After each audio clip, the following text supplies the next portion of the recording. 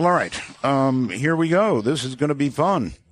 Joe Rogan, a stand-up comedian. For more than 20 years, Joe Rogan has sold out theaters internationally, with London's Guardian newspaper praising him as one of the most complex and exciting stand-ups working in America today. That is high praise. His 4-hour-long special, Joe Rogan, Rocky Mountain High, premiered on Comedy Central November 21, 2014, and you may get it as a digital video or audio download. He is host of the Joe Rogan Experience, featuring long-form conversation, God bless him for that, with guests, that is one of the most popular podcasts online. Since 2002, he has provided color commentary for the UFC, the Ultimate Fighting Championship, I'll have questions about that on pay-per-view, Spike Television, and now on Fox. So coming up in just a moment, somebody I know you're waiting for, Joe Rogan. Joe Rogan, welcome to Midnight in the Desert. Thank you for having me on, sir. It's a huge honor. No, it's my honor. I've been a fan of yours. I guess we spoke briefly before the show, and well, I guess we've been fans of each other for a while. Yeah, well, when I used to drive home from the Comedy Store late at night, you kept me company many a night. I've been a huge fan of your show and you for a long time. So for me, this is just a huge treat. Well, thank you. All right, so you did a big show, Fear Factor. You did it for a long time. I think there were 6 seasons of it, right? Yeah. And now you're doing a podcast. I was on national radio everywhere. Now I'm doing a podcast. Pretty cool. Well, it's a beautiful time for broadcasting in that sense that anybody can put something out online. You don't have to have a network. You don't have to have anything other than an internet connection and some place that's willing to host it. I mean, it's really incredible times. And because of it, I think we're getting like really diverse shows. You're getting all these different people that, like myself, that probably would have never done an actual radio show, who are enjoying the freedom that the internet provides. I agree, Joe. Where do you think this means broadcasting is going? I mean, there's these giant radio networks, even television. I think AT&T just ate DirecTV, and now you can see all DirecTV on AT&T. Wow. Well, I think the really big networks, what they're good for is high-budget things like Game of Thrones or something along those lines that requires millions of dollars in special effects. But for something like what you do or something like what I do, all you really need is a couple of tech people to run things and get things online, and that's it. You don't need giant networks. You don't need interference, producers, people that are running things that I'm sure you don't care about, like demographics and all that jazz. Yes, sir. All that unnecessary stuff. Yeah, I mean, I think that it's better. I think it's better this way. I agree. All right, I've got to ask a little bit about Fear Factor because I was like a total fan. In fact, here's a question for you. I was used to seeing it every week, and then suddenly there were some weird splits where Fear Factor wouldn't be on for a long time, and then there'd be an episode and it wouldn't be on again for a long time. Do you remember that? I don't know what that was about. It was probably just they had saved a few episodes, and they do weird stuff with ratings. Ratings, they're always trying to manipulate things during sweeps, and I never really understood how that all that stuff works. What was it like? Everybody was going to want me to ask this. For you to watch these poor people facing, like Central American biting, scratching, eating, furry, gushy things.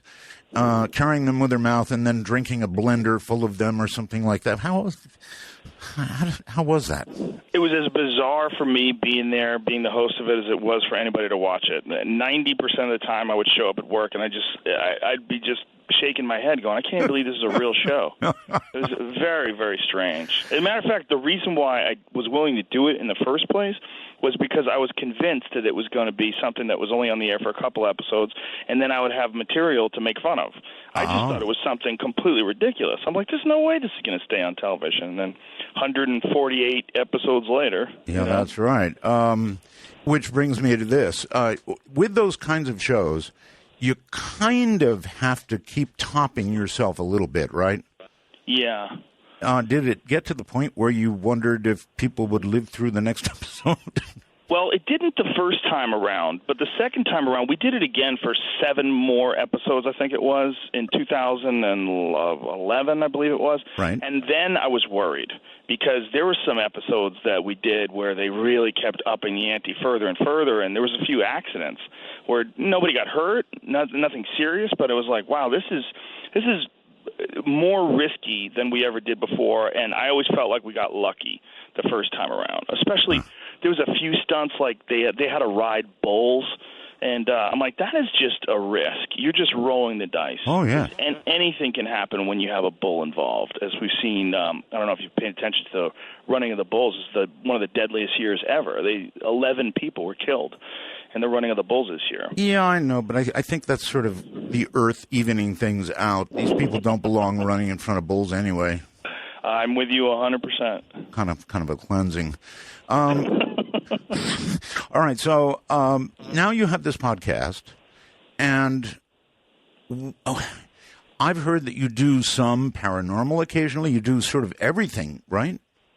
Yeah, well, I've done quite a bit of paranormal, and I did quite a bit I did a sci-fi show called Joe Rogan Questions Everything, right? Where I, met with a lot of people that were UFO fanatics and Bigfoot people and a lot of strange stuff. And one of the things that I found very unfortunate, because I've been a huge fan of I just love the idea of UFOs, even if it's not real.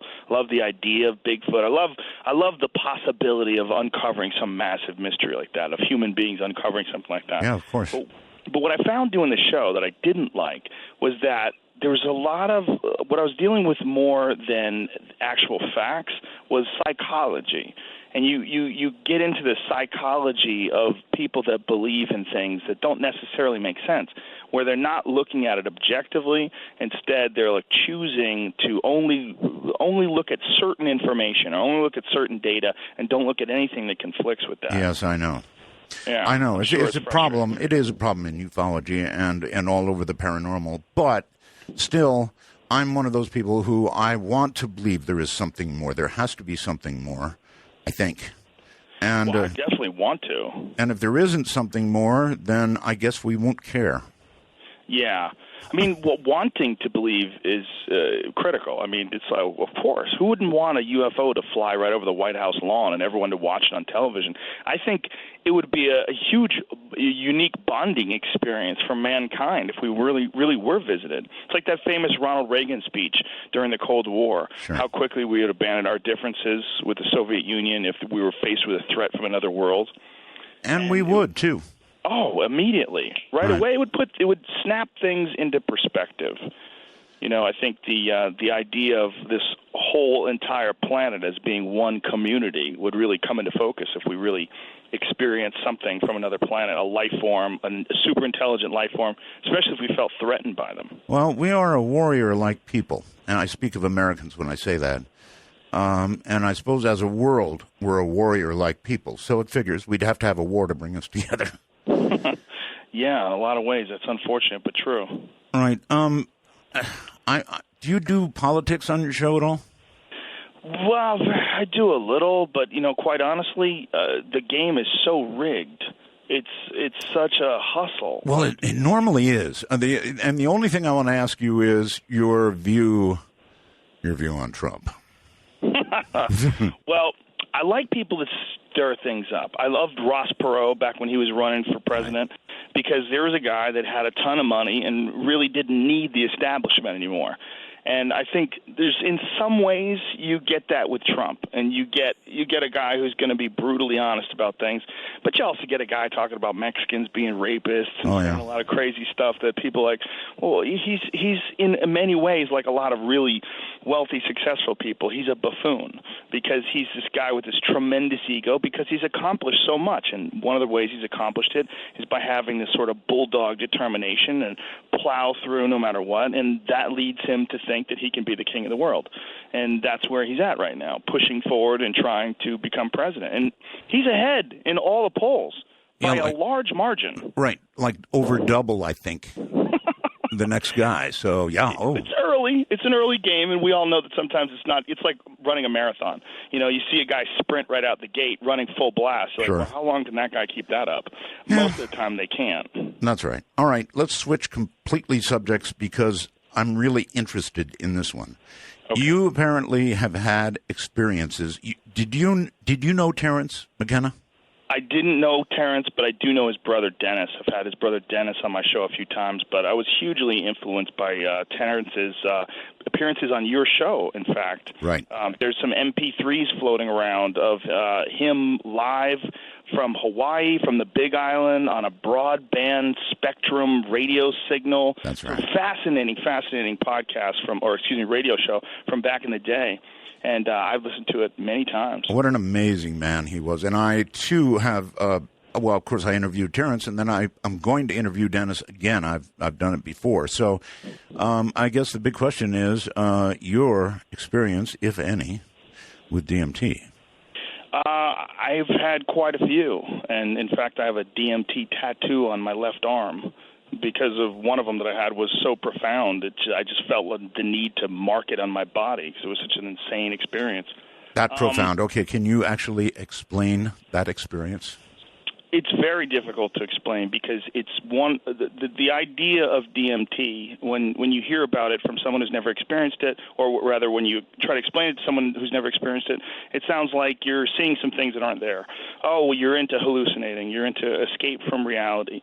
When you get into the reality of what the drug is, it's a human neurotransmitter that exists in your own body. Your lungs make it, your liver makes it, your brain makes it, right. The pineal gland creates it, and it's the most intense psychedelic drug known to man. And what's even more bizarre, and I'm sure you know this, but maybe some people listening don't, it's in thousands of different plants. It's all over the world. It's in almost every ecosystem ever observed.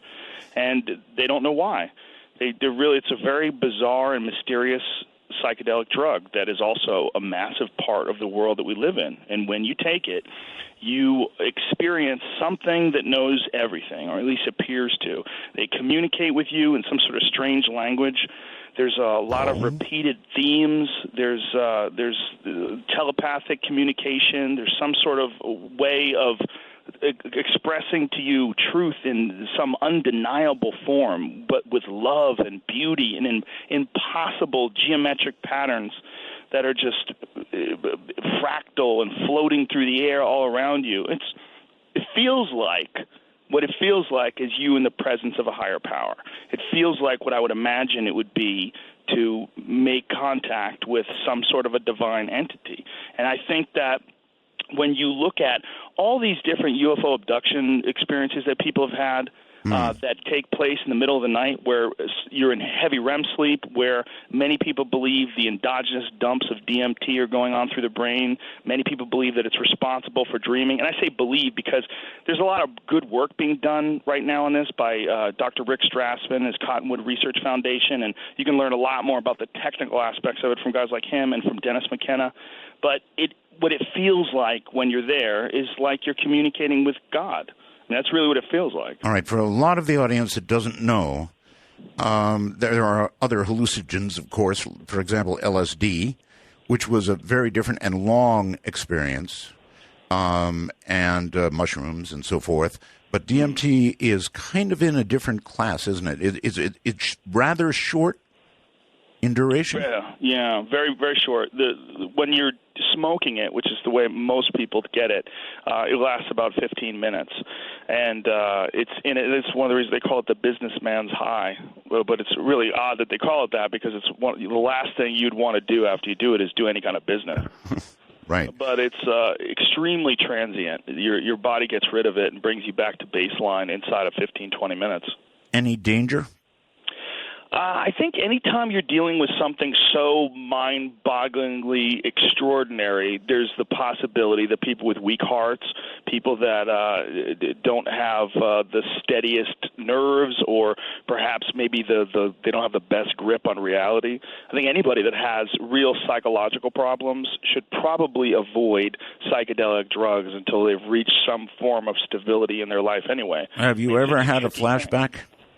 I've never had a flashback to like where I fully went into it, right. but I've gotten like to the door and peeked in, and it's disturbing. It's disturbing it is it's so readily available. It is, especially at dinner, with several people. Yeah, it just gives you that little nervous thing. Does anybody know what just happened to me? But really, it seems to be the flashbacks that a lot of people have. They have when they're dreaming. Many people who have done it, I've only had, like I said, like a peek through the door. But many people who have done DMT have had dreams where they smoke it and then fully immersed into the DMT realm again. Wow. Yeah. You said you felt like you were in touch with a higher power. The high power? I mean, do you think that, I don't know, God is a word we throw around, but, is that what you're talking about? Well, it would be pretty arrogant if I assumed it was the higher power, because I think being a lower thing like humans, I mean, obviously the highest that we know of, but we can conceive of something eventually being more evolved, more grand, bigger than us. And I think whatever this is, it's that. If it's is it the higher? Well, it's very possible that this experience is merely the tip of the iceberg, and there's something below that that's even more mind-boggling, even more profound. It doesn't. While you're doing it, it feels so titanically alien that nothing could be any crazier. But I think that could very well just be a perception issue, a reference issue, the fact that we don't really have a lot of experiences to compare it to that are that crazy. But it could just be the beginning. And that's one of the things that a lot of people who get heavily into psychedelics, and Terrence talked about this quite a bit, that they always want to see further. They always want to go deeper, because they always have this feeling that there's something, like you take 5 grams, you want to try 7. You take 7, you want to try 10. And you want to go deeper and deeper into the world of mushrooms or the world of DMT or ayahuasca or any of the known psychedelics. I think that's one of the things that happens to people that are frequent travelers, is they want this experience. They feel like maybe there's more to it, that even as crazy and as bizarre and alien and strange and awe-inspiring as it is, it may just be the beginning of this infinite spectrum of possibility. Would you say that your experience with DMT has changed your day-to-day life in any way? Yeah, I think it's changed me. I think what we are is how we've interpreted all of our experiences, how we've interpreted our interactions with people, our time on this planet. When something comes along that just throws a monkey wrench into the gears and shows you something that not only did you never imagine, but feels like you could never have possibly imagined without this experience, that now your point of reference has changed dramatically. Now, instead of having this small spectrum of possibilities, you have this possibility that's so far out to the left or to the right that you can't see the end of it. And you never thought that was possible until you have that experience. And I think that profoundly changes you as a person, because we are really just an accumulation of our experiences, our interpretations of those experiences, and what we've, how we've learned from them and how we apply them to our lives. And the times that I've done DMT, I've always walked out of it feeling like there at least has the potential from this for me to be a better person. Mm-hmm. You said that you heard different languages from, I guess, entities or whatever. Did you actually see something, and could you detect that it was a human language or non-human? Well, the language seems to be, you seem to hear it telepathically more than anything. And there's a lot of, repeating themes. Like you hear, there's a lot of people say, you hear, look at this. I've heard that. I've heard it. And I've heard a lot of other people say the same thing. They show you different insane things. I remember one time I did it, I was literally crying because they kept saying, look at this, and they would show me something insanely beautiful. And then it was I have little kids. I have a 5-year-old and a 7-year-old. And one of the things that my 5-year-old says, she'll say things that they're really cute and adorable, like, I love you 1,500,000, 1,500,000, billion, zillion, infinity times a million times. Numbers that aren't real. Well, that happened in my DMT experience, one of the first ones I ever did. They would sing a little song like, I love you 600,500,000, 500 million times. And then it would go, look at this. And then every time I go, look at this, it would show you something infinitely more beautiful than what you just saw. And then it would keep going on and on and on until tears were rolling down my face.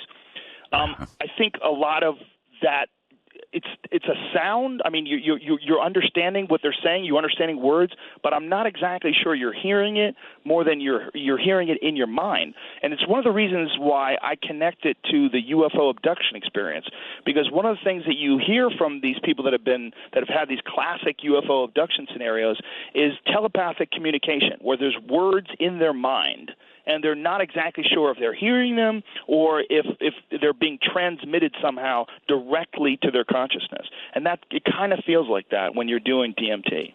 Wow. Is there any advice that you would give as a big listening audience out there, and they're listening going, DMT, is this something I want to try? Only you can answer that. I really think that that's a personal thing, and I've told people they should do it before, but it's probably irresponsible of me. Really, I think everybody's got their own psychological makeup, and everybody's got their own path in this life. And if it's something that you're compelled to try, there's a lot of people that believe, and I've heard this from many people that have done it, that DMT finds you. You don't find DMT. You might go looking for it, but really it finds you and decides whether or not you should do it. That doesn't necessarily make sense to me, and it sounds like an adorable thing to say. It sounds cute, like profound in some sort of strange way. Is it really separate from ayahuasca, from anything else? Is DMT unto itself one thing? That's a good question that someone else should probably answer. Dennis would probably be better at that, because I've never done ayahuasca. I've only done the condensed version of it. The difference for folks at home that are listening that don't know, ayahuasca is like a slow-release DMT, and it was created by the indigenous Amazon people because they don't have chemistry labs. They can't synthesize DMT. They can't extract it from these plants the way the way they do it in labs. So what they do is they use the root of one plant and the leaves of another plant. So one plant contains the DMT, and the other contains an MAO inhibitor, a natural MAO inhibitor. And MAO is monoamine oxidase. And what that is something that your gut produces that breaks down DMT when you eat it. That's why if you eat like phalaris grass or something that's rich in DMT, you don't get high from it. The reason being is monoamine oxidase breaks it down inside your body. Well, these ingenious people thousands of years ago figured out how to combine these two plants. It's a really complicated process where they brew it up, and what they did is they created a slow-release DMT trip. And it's not from the people, and again, I haven't had this experience, so I'm just relaying from people that have. It's not as intense, it's the DMT flash that you get when you smoke it. You rarely reach that state, but you have this profound long-term experience that instead of taking 15 minutes, takes several hours. Wow. All right, let's move on to the totality of how do you feel about, we're legalizing marijuana now. Here in my state, Nevada, we've got medical marijuana at last. Other states are completely legalizing it. Where is it going in America eventually with drugs? I mean, our jails are full of people for drug violations of one sort or another. What do you think? Well, locking people up for experimenting with their consciousness is criminal. I really think that. And it's very contradictory when you look at all the drugs that are legal, really intense, powerful drugs that are easy to get. Anybody who knows, if you ever had a back injury, you can get OxyContin or all sorts of different painkillers like that. It's not hard to get. All you have to do is have a legit reason to have them. I had this guy, Chris Bell, on my podcast who made the documentary Bigger, Stronger, Faster. Right. It was a steroid documentary, and he injured himself. He had a hip surgery and got hooked on OxyContins. He's got a new prescription out called Prescription Thugs. It's sort of dealing with the prescription drug business. So there's plenty of drugs that perturb our consciousness. We can walk into any liquor store or any grocery store and buy enough booze to kill ourselves. So it's not that anyone's protecting you from anything. What it is we have sanctioned drugs, and these sanctioned drugs, they get a lot of money from them, and then there's a lot of tax revenue that come out of it, and there's also a lot of people that have a vested interest in continuing to keep those drugs legal. All right, hold it right there. We'll be right back. For Dark Matter News, I'm Leo Ashcraft. Pitcher, Oklahoma. It's a ghost town and former city in Ottawa County, Oklahoma. Formerly a major national center of lead and zinc mining at the heart of the tri-state mining district. Over a century of unrestricted subsurface excavation dangerously undermined most of Pitcher's town buildings and left giant piles of toxic metal-contaminated mine tailings heaped throughout the area. The discovery of the cave-in risks, groundwater contamination, and health effects associated with the chat piles and subsurface shafts, particularly an alarming 1996 study which showed lead poisoning in 34% of the children in Pitcher. This eventually prompted a mandatory evacuation and buyout of the entire township by the state of Oklahoma and the incorporation of the town, along with the similarly contaminated satellite towns of Treese and Cardin. An F4 tornado, which destroyed or damaged 150 homes in May 2008, accelerated the exodus. The town ceased official operations on September 1st, 2009. Google knows what you did last summer. Now it shows it to you on Google Maps. Today, the Google Maps team launched a feature called Your Timeline. That is about where you've already been. It's not a social feature, as you're the only one who sees it. But it's a reminder of how much data Google has on all of us if we leave all of our defaults on. If you Google Photos, your pictures will appear along with the places you've stopped along the way. A Kansas woman said she stepped outside with her dog and noticed something unusual in the sky. The moon and the stars were gone. She said everyone came out of their house and were all pointing at the sky, and what they saw covering the sky was disturbing. The thing was dead silent, they said, massive, so big, so huge. But the sighting didn't last long, and it took off with the blink of an eye and no noise. She said it wasn't round like a saucer. It was kind of like an arrowhead shape. The entire bottom of it was pitch black until it took off, and then it was multicolored lights at the bottom. As the object moved away, the woman's daughter became terrified. A former state trooper from Washington said that he is currently in contact with several Bigfoot creatures and that he feeds them food regularly. The man, who provided a name but chose to remain anonymous, said that the encounters have been happening since 2009 in a remote area in the North Cascades. He said sometimes it's 5 to 10 minutes, other times they stay for hours. He says he leaves them apples, carrots, beef jerky, cookies, and candy bars. The man says he was looking for an old mine in the mountains the first time he came across the alleged beings in 2009. After leaving the food out there for him, he says they seem to have started following him and getting closer. He says he's been as close as 20 feet to some of them. He reports that he was so close to them that he was able to catch some of their language on 2 different occasions. He said it sounded like Native American and an Asian mix.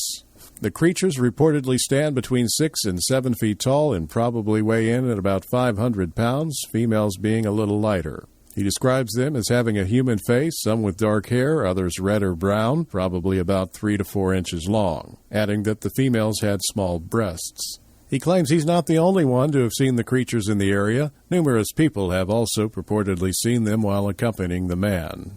The former state trooper says the creatures have never presented a threat to him and that he leaves them alone and he's not interested in hunting them or gathering physical evidence. Florida resident John Bird last year claimed to feed Bigfoot potatoes and plantains on a regular basis. In the spring of 1982, a soldier training at Fort Leonard Wood Army Base in Missouri claimed to have spotted a 7-foot-tall creature with brown hair that resembles the former state trooper's alleged sighting. Portions on the United States side of the range are part of the North Cascades National Park. There were reports revealing the intentions of the U.S. Army to annex part of the region as a helicopter training area, drawing criticism from the Forest Service employees for environmental ethics. I'm Leo Ashcraft.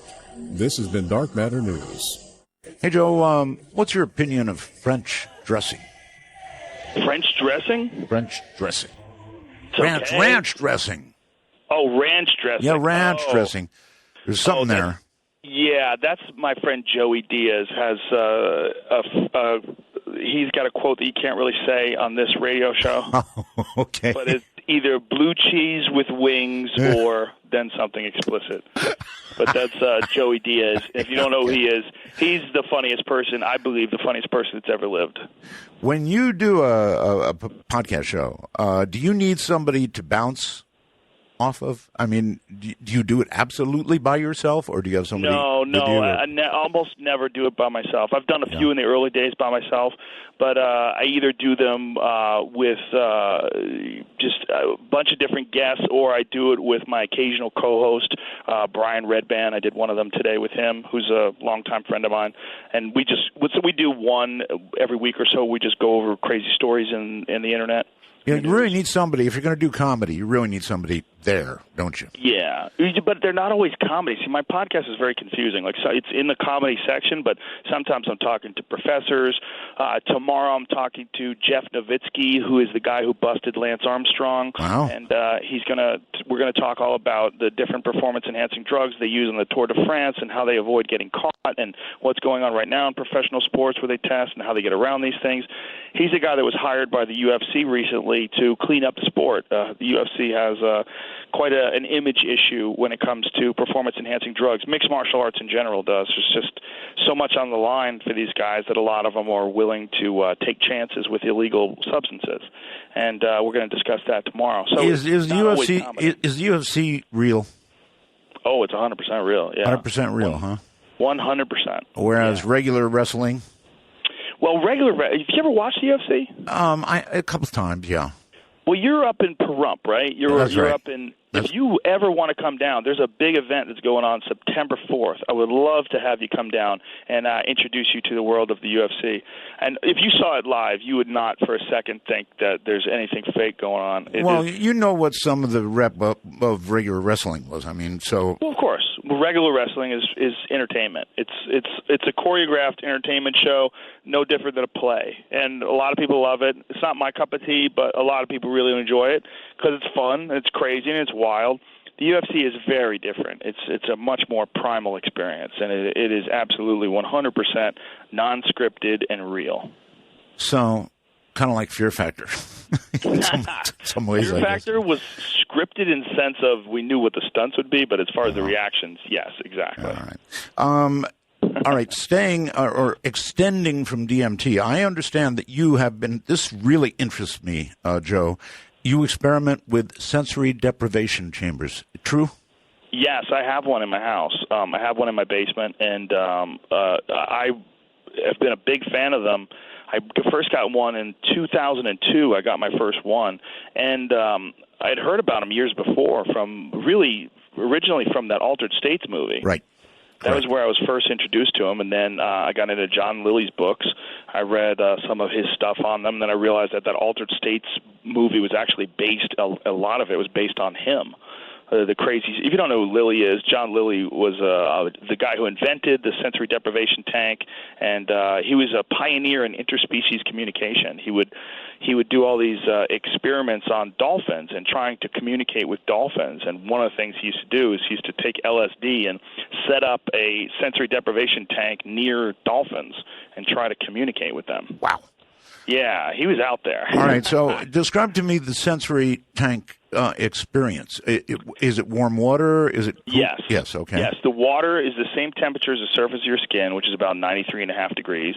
There's in my tank, I have a tank from the Float Lab in Venice, which is there's a guy named Crash who runs the Float Lab who really, when the tanks were very unpopular, when no one knew about them, right now their experience is tremendous renaissance, and I'm very happy that I'm a part of that. And Crash is a part of that too, because he's the guy who really innovated and took tanks to this incredible level of sophistication that they have now. And he's the one who designed the one that I have in my basement. And it has 1,000 pounds of Epsom salts in this water.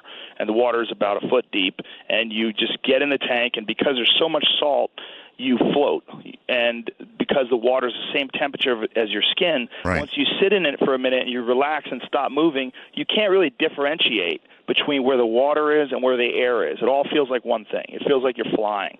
And you have this weird experience, this weird sensation of flying through space. Have you not done it? No, I haven't done it. Oh, ever since Altered States, I've wanted to try it. Please come to California as my guest. I'll bring you to the Float Lab. We'll introduce you to Crash because he's a trip in and of himself, and get you in one of these tanks. It's amazing, and it's very relaxing too. It's very therapeutic for your muscles. It's great for your body because it gives you this feeling of weightlessness, and it relieves all the tension in your muscles. And it's also a great way for your body to absorb magnesium because the Epsom salts contain magnesium, and it's absorbed through the skin. So it's actually really good for you, as well as being relaxing. And in certain situations, you can experience some pretty intense psychedelic experiences. That's what I was going to ask. So altered states and maybe even more altered states. Yeah, well, some people like to. I personally am a big fan of consuming cannabis and then getting in there, especially eating it. But some people like to do it with all kinds of different stuff, mushrooms. Lily was a big fan of ketamine. He used to take ketamine and then climb into the tank. That's another hard hit, boy. Ketamine. Yeah, that's a little beyond my reach. That's a spooky one. But the idea being is that when the mind has no internal or was no external information coming at it, it creates. Yes, it creates. And it also, because it's no longer processing all the data like your balance and social cues and looking at people and just touching and feeling things and gauging your distance, because you can't see anything, you can't hear anything, you don't feel anything, your body's free and your mind has an incredible amount of resources that it usually doesn't have. The way I always describe it to people is that if you and I were having a conversation, but next to us there was a guy working a jackhammer, it would be very hard to keep the conversation, very hard to focus. Absolutely. Well, sure. But life is kind of a jackhammer. Life is constantly giving you information just from the sensation of the ground under your feet, the sensation of the clothes on your body. Especially if you're in the business we are, it's constant. It is constant, and it's hard to just let it all go. And for me personally, the way my body and mind work, I find the tank to be almost irreplaceable. It's one of the most important things that I've ever experienced as far as like just being able to unwind and think about stuff and have a perspective. And I've come to so many conclusions while I've been in there, made so many decisions that I might not have made while I was in there, and it just sort of guides me in a weird way. So good decisions. Oh, yeah. I don't think I've ever made a bad decision in the tank. As weird as that sounds. I've made a lot of them in the shower. So, yeah, me too, like singing. All right. A couple of calls. Skype, you're on with Joe Rogan. Hi. Hi, how are you? Just fine. Go ahead. I wanted to say, I don't know if Joe remembers me. I was actually a contestant on Fear Factor. Whoa. I believe it was season 2. What season were you on? Do you know? Season 2. Season 2. Do you remember what you had to do? Of course you probably do. Oh, yeah. I had to, I believe it was an elk's penis. Oh, okay. So we were in the park? Were you, yeah, that was Griffith Park. Is that what it was? Yeah, exactly. Yeah, okay. What's your name, man? Oh, my name's Dwight. Okay, Dwight. What's going on, dude? Oh, not a lot, man. I catch you all the time when you're on UFC, and I especially loved when you were on Chappelle's show and you did the parody of Fear Factor. That's too bad. That's all right. I took care of it. I have a button for that. Kansas. I couldn't remember his name. I was like, that's strange. My memory's not that good, but yeah. Kansas City, you're on with Joe. Hi. Hello. Oh, hey, is that me? Yes, you. Oh, hey, I just wanted to ask Joe, I know this is not a sports show, but he was so excited when Rousey won. What was that like to be there when that happened? Oh, when Ronda Rousey won in Brazil a couple weeks ago, it was incredible. I felt like it was a historical event as much as it was a fight. And, you know, a lot of people say, well, you know, it was a mismatch and the girl wasn't as good as she was. And I think that's all very fair and true. But I think that what she represents right now is something wholly unique, this incredibly dominant female combat sports athlete. And I just think what she's been able to accomplish in just a short amount of time as far as raising the public's perception, I felt like I was there for history. I think there's guys that tell their kids, hey, I was there when Muhammad Ali beat Sonny Liston. And it kind of felt like that to me, like that kind of thing. Like you were there when something historical happened. Oh, it was so incredible, yeah. I wonder what she's going to do next. She's going to keep fighting, I'm sure, for a little while. But I imagine with all the lucrative movie offers that she's getting, when she feels like she's accomplished enough, she'll move on and just do whatever she wants to do. Joe, have you seen a new TV show, actually not so new, 3-4 seasons now, Naked and Afraid? Yes. Yeah, I have seen it. That thing is wild. I wonder how far so-called reality TV is going to go. I mean, you take somebody completely naked, a man and woman, throw them in the middle of Borneo, yeah, something bad's going to happen. Well, it's certainly dangerous. I don't know how much they monitor them. I mean, it's hard when it's naked and afraid doesn't mean naked, afraid, and alone. So I don't know how many people are there watching them while this goes on, and what kind of a medical crew they have standing by. I'm not sure. Well, they do. They've got a producer, and then they've got a little medical crew. But yeah, dangerous. Oh, definitely, but bizarre too. Like why are we doing this? Like, why are we exposing people to this? Like, what is it about these silly shows that makes us so excited? And also, it's a great wake up call for people when you realize how vulnerable you actually are out alone in the woods and how difficult it is to survive. With no shoes. I mean, imagine no shoes, and you're walking on these. Oh God, it's awful. Yeah, it's pretty crazy. So, how much further can reality TV go? It's a good question. I mean, when we were on Fear Factor, I used to joke around and say we're about 3 seasons away from The Running Man. But we might have already passed that with something like Naked and Afraid. I mean, we might someday see something perhaps like it from another country where, we're seeing some sort of deadliest game sort of a thing where people are hunting people. That's entirely possible. I mean, they've made movies about it. Yeah. I mean, they have these team fighting sports in Russia now where they'll have like 5 people fight 5 people inside a cage. Right. It's like, and they're 2-on-1. It's crazy. It's horrible to watch. But what they're doing is they're taking things like people tend to do to the most extreme place. Sure. West Virginia, you're on with Joe. Hi. Yeah, I thought that the expression Joe used about DMT was really interesting, especially... what expression? How it finds you. Oh. Because I was following the dead in 2003, and I was a part of that scene going coast to coast. And some guy offered me something that looked like sesame seeds, but they were like dark and amberish color. It was quite an experience. But that's one thing you never do is give somebody a drug that they're uninformed about. That's about the worst thing. I can't even imagine receiving. Well, see, there was the whole tour. There was talk about DMT going around that somebody was divvying it out allegedly. But the real thing that I was. Yeah, but I'm sorry. Isn't this after Jerry Garcia was dead? Didn't he die in like the 90s?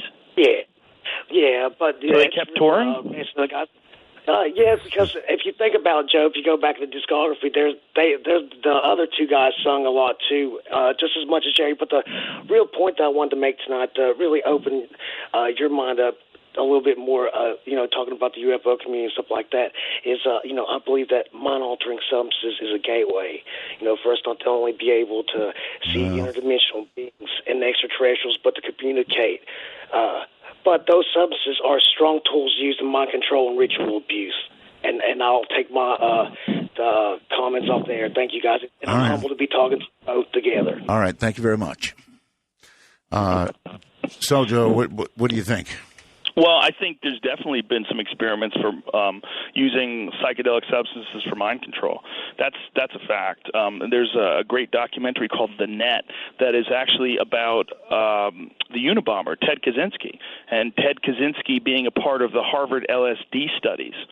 And there was a lot of studies that were done by the military that are well documented, where they were experimenting with LSD on soldiers to try to see what the effects were and how they could use them to manipulate people's minds and frame and get them to do things that they wanted them to do. The whole idea about Manchurian candidates, those things, those are all real experiments for sure. They definitely have tried to do that before. Okay, real quickly. Whether or not they've been successful. Right. Don, real quickly, you're on with Joe. Hi.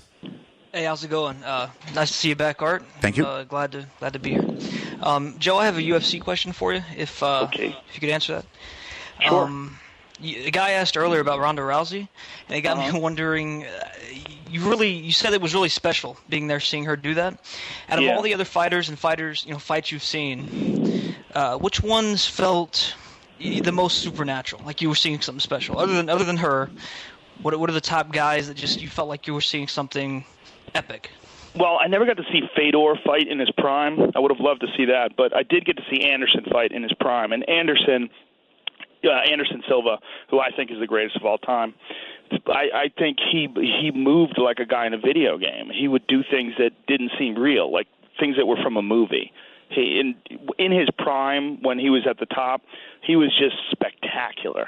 Like he would have what Lorenzo Fertitta, one of the owners of the UFC, always refers to as the holy S moment. Like that, every great UFC has at least one holy S moment. Right. And Anderson really defined that to me. He was just so incredible when he was at his best. All right, not a lot of time. Pismo Beach, you're on with Joe. Hi. Oh my God! Am I on the air? You are. With my two heroes, I can't believe it. Okay, I have two questions for you. One of them is serious, and one of them is silly. The silly one is, what kind of motorcycles do you guys ride? The real question that I'm calling about, and I understand, Joe, if you don't want to talk about it, but I'm still going to ask. Excuse me. News radio was like genius. It was the best thing that ever happened to TV, and I still love it. And when Phil died, my question is, was there any animosity on the set towards Andy Dick? I just said Dick on the radio. It's his name. Yeah.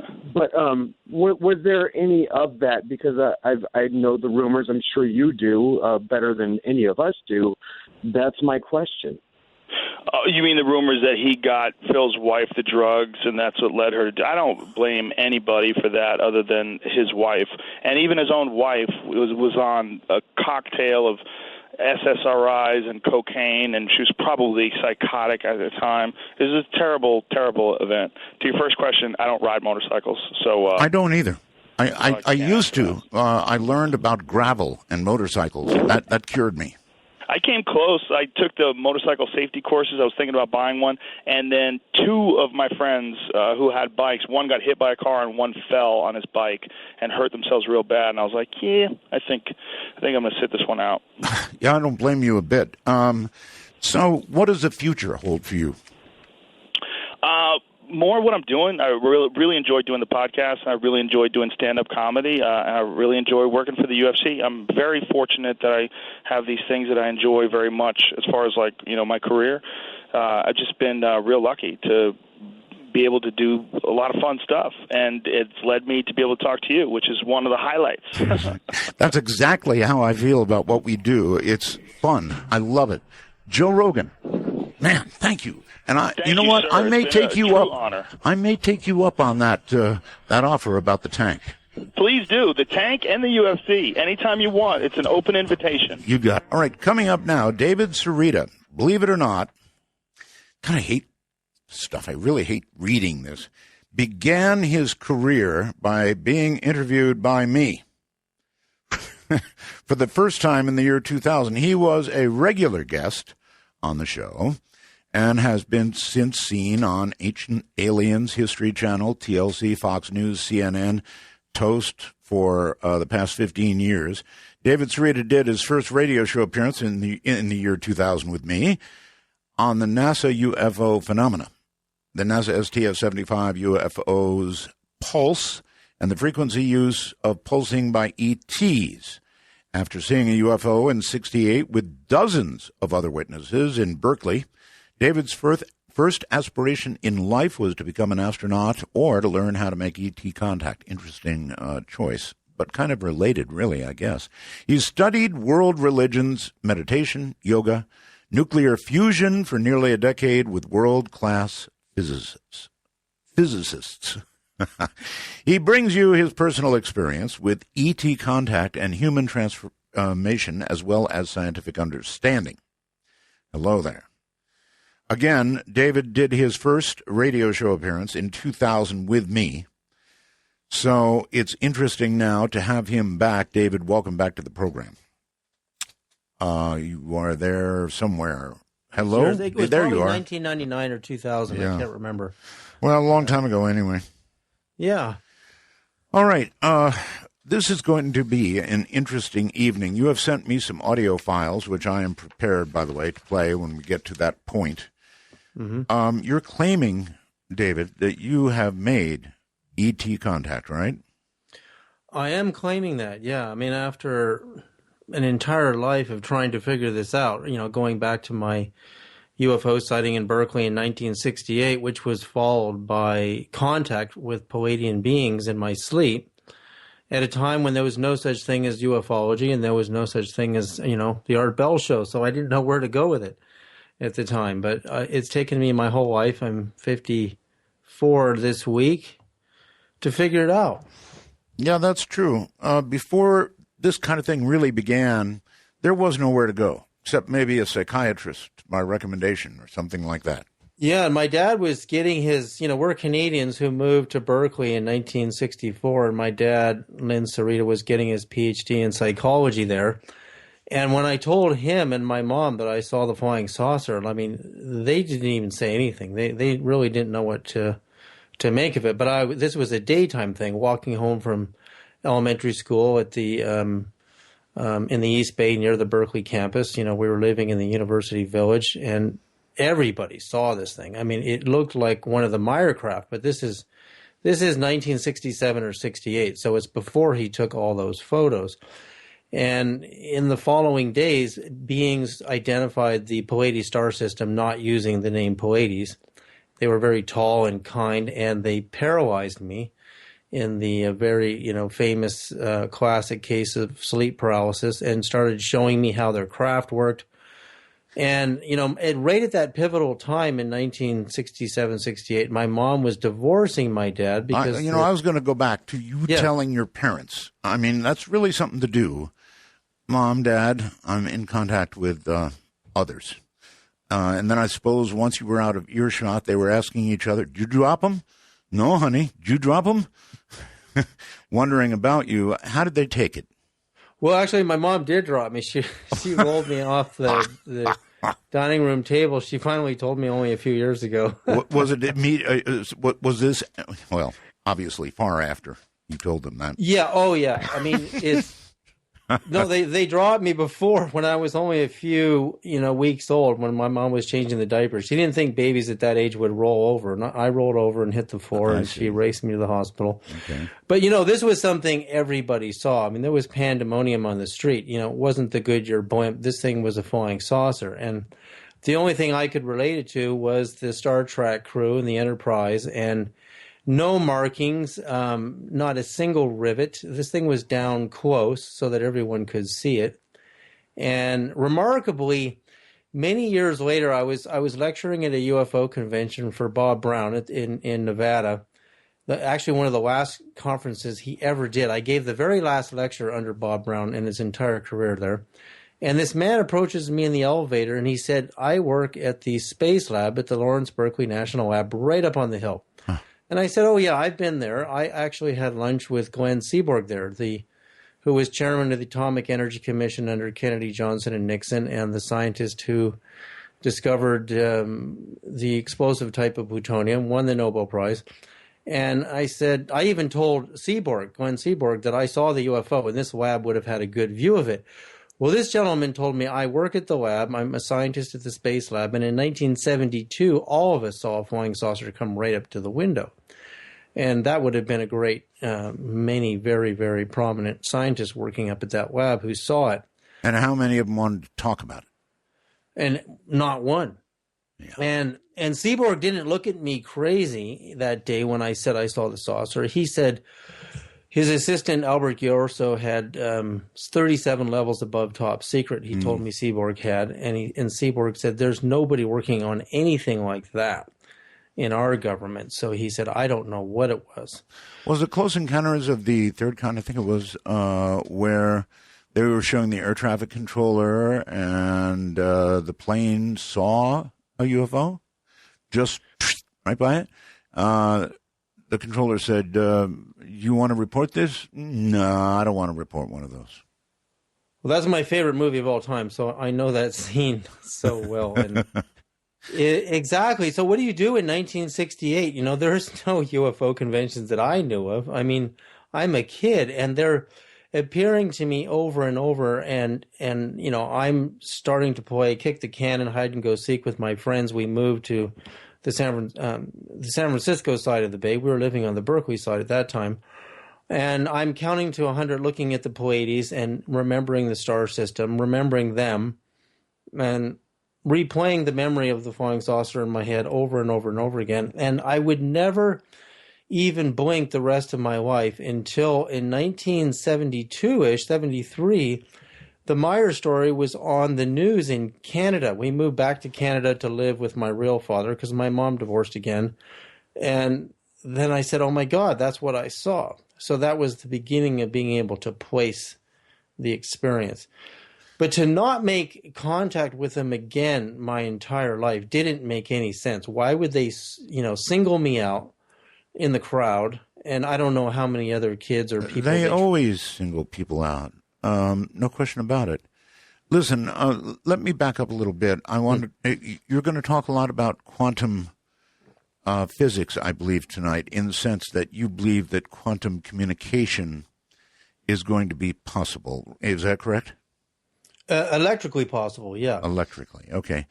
I still don't have a grasp of quantum physics. I'm not sure anybody really does, but there's this thing called entanglement. You know about that, right? Yeah, sure. Okay. Nobody can really explain it, and I don't expect you to, but if you have any thoughts on it, I'd love to hear them, because I'm struggling with it.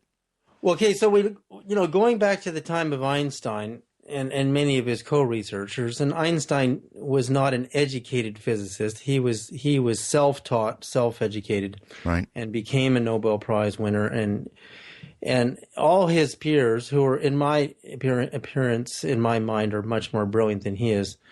The way they appear in my mind, I mean. And Niels Bohr, Heisenberg, and these guys are saying that there's something going on when researchers are getting near the experiments. Their consciousness seems to be affecting the behavior of the particles when you're looking at these explosions of subatomic particles in bubble chambers and cloud chambers, which is how they used to photograph subatomic particle explosions. So that was the beginning of the idea that consciousness was part of the whole thing, the whole universe. And Einstein really agreed that there was something going on, and so did Max Planck, and so did Niels Bohr. All of them did. All of them knew. And then there was this thing that Einstein called spooky action at a distance, was right. That, normally communication via radio or the internet like we're using now, everything travels through electromagnetism at the speed of light, which is very slow at 186,282 miles per second. Right. So Einstein noticed there was this function in the atom and smaller. Quantum mechanics is generally looking at functions in the atom and smaller, and nowadays it seems to include the study of consciousness, but consciousness is not exclusive. Well, I can see how consciousness will get involved in this, maybe, but, the whole idea that it's so simple and so impossible, this entanglement business, and that is where one flips and the other flops. Right. And it'll do it reliably. If you do a flip here, do a flop there. And you can separate these by thousands of miles, 5 feet, or you could take one to the moon and they would be flipping and flopping in unison, in apparent communication with each other at much greater than the speed of light. In fact, immeasurably fast. And we have no clue how that's happening. There has to be a communication. There has to be a communication going on, or how can one flip and the other know to flop? Exactly. That's exactly it. It's called action at a distance, and it's faster than light. It's instantaneous, but it's not relying on the electromagnetic spectrum or radio waves to communicate. Right. I'm with you there. Yeah. So they don't as a wave. So because they can't see the wave, or of course we don't know how to measure wavelengths even at the Planck length or smaller, the smallest units ever measured. So we don't know if it's a wave or not, actually, but we know it's there, and scientists know it's there, and it's been notable since the time of Einstein, Niels Bohr, and Planck, and all of the great masters. So why aren't we using it and we are. I'm going to be talking about tonight how I've been able to use it in talking to very distant star systems. Well, look, here's the deal. Here's the deal. If we are ever going to get to another star system, we're going to have to figure out how this communication works. And either use it to communicate or use it in some way to travel because, I don't know, this recent Earth 2 they found, it's 1,000 light years away. 1,000 light years. So we're not very far, actually. Well, incredibly close. See, this is where it gets really exciting for me because, you're a radio man. You know how radio works. I know how long it would take for radio to get there at current speeds. Yeah, but so I'll tell you how the quantum function works and how we can use it and why this Russian billionaire Yuri Milner is wasting his money looking at radio waves. All right, wait, hold on. We have to do a break. Hold on. We have to do a break. You're going exactly where I want you to go. And, just a few nights ago, not very many nights ago, we had Seth Shostak here. Seth is, of course, the head of SETI, and he would be, I'm sure, distressed to hear what David is about to say. As would the Russian billionaire, I guess. He's given a lot of money so they can keep searching for radio signals from elsewhere, right? And actually, you'd think it's a big waste of money or rubles, whatever. Rubles, money, time, and I think even Seth knows it, that they're just, so bored over there, probably far more bored than the beginning of the movie Contact, kind of. Actually, the book Contact is phenomenal. Yes, it is. I don't blame them for looking. I mean, look, I think I would be looking too. Now, I think I would be getting to the point where I'd be almost ready to say we've looked at just about everything, frankly, and there's nothing to be heard. Well, exactly. There's nothing to be heard, and there's never been anything to be heard in the radio bands, and that's why I think it's a waste of money. And because we know this quantum function is faster than light. We do, but we don't know how to use it. We do, and that's what I'm going to talk about. There's a biophysicist named Fritz Albert Popp in Germany who proved that living photons, particles of light that come off living things, plants mainly and humans and mammals, marine mammals, dolphins, all of them, it travels faster than the speed of light. So there's something about a living light, auric field that can actually be measured by a good physicist to travel faster than light. But how do you tell it where to go? Wait a minute. How do you know? I know what an aura is, or an auric field, but how's anybody proven that it travels faster than light? Well, Fritz Albert Popp took actual measurements using atomic clocks with plants and measuring the speed of the emissions, which were in the visible band of light as well as the invisible. Now, just that point alone, we're not looking at radio waves today, not even in the gigahertz spectrum, that are even close to the color red. So when Fritz Albert Popp is saying that visible light photons coming off of plants and humans are able to go faster than the speed of light, we're not able to do that yet. We don't look at, AM radio is amplitude modulated, FM is frequency modulated. So you frequency modulate data, information, voices, pictures, and everything on a radio wave, and it travels at the speed of light, kind of like passengers on a train. And in the AM band, you amplitude modulate the process of getting the data on the band. Yeah, okay. But those bandwidths are still nowhere near those colors. So we're nowhere near transmitting and looking at data inside of actual visible light, because visible light is way higher in frequency than we're operating at. I believe one of the goals of SETI was to begin looking at the light spectrum, wasn't it? Yeah, but see, that's where you have to you need a sensor and you need transistors to amplify the signal up to the point that you can actually look at it.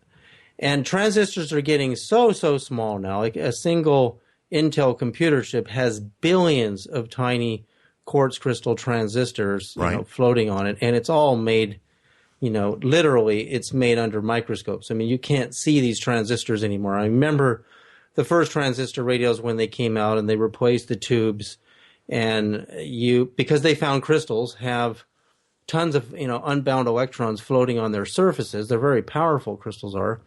and therefore they could use them to amplify signals. And those transistors got smaller and smaller and smaller and smaller and smaller. Okay. But one of the things I did is I looked at the Great Pyramid as a giant crystal oscillator, and I did a huge amount of math on it. It took me a year to calculate all the frequencies the pyramid would generate, and that's when I became convinced. When I looked at the numbers... Wait. The pyramid would generate or does generate? It would when it was operating. Because, you see, the way a crystal oscillator works is... See, there's two things in electronics that make radio possible. You know, Tesla is the true father of radios. Sir Oliver Lodge and Stone developed the tuning circuits for radio, but Tesla, broadcast radio in, I think it was 1893, Chicago World's Fair, and then Marconi, as a lab assistant, allegedly steals it from him, and then it just goes on from there. So radio uses a crystal oscillator to generate a frequency. Right. And the way you cut crystal and its size, and you excite electrons in it within a certain amount of voltage and current, you generate different frequencies in the crystal. So the crystal is responsible for the frequency. So whenever you have two oscillators at the same frequency, you have communication. So if everybody's listening to you on an FM band, a frequency modulated band, and they all tune their quartz oscillators via their technology to that frequency, we're all together, all hearing Art Bell. Now, that's only part of radio. The other part of radio was we used to use tubes to amplify the signal because it's so weak with these crystal oscillators so that you could actually hear something. Well, transistors perform the same function with less noise. Right. So then we moved on to transistors, and they're the same. They're made out of quartz. They used to make them out of germanium crystal and quartz. And so the crystals are doing the work.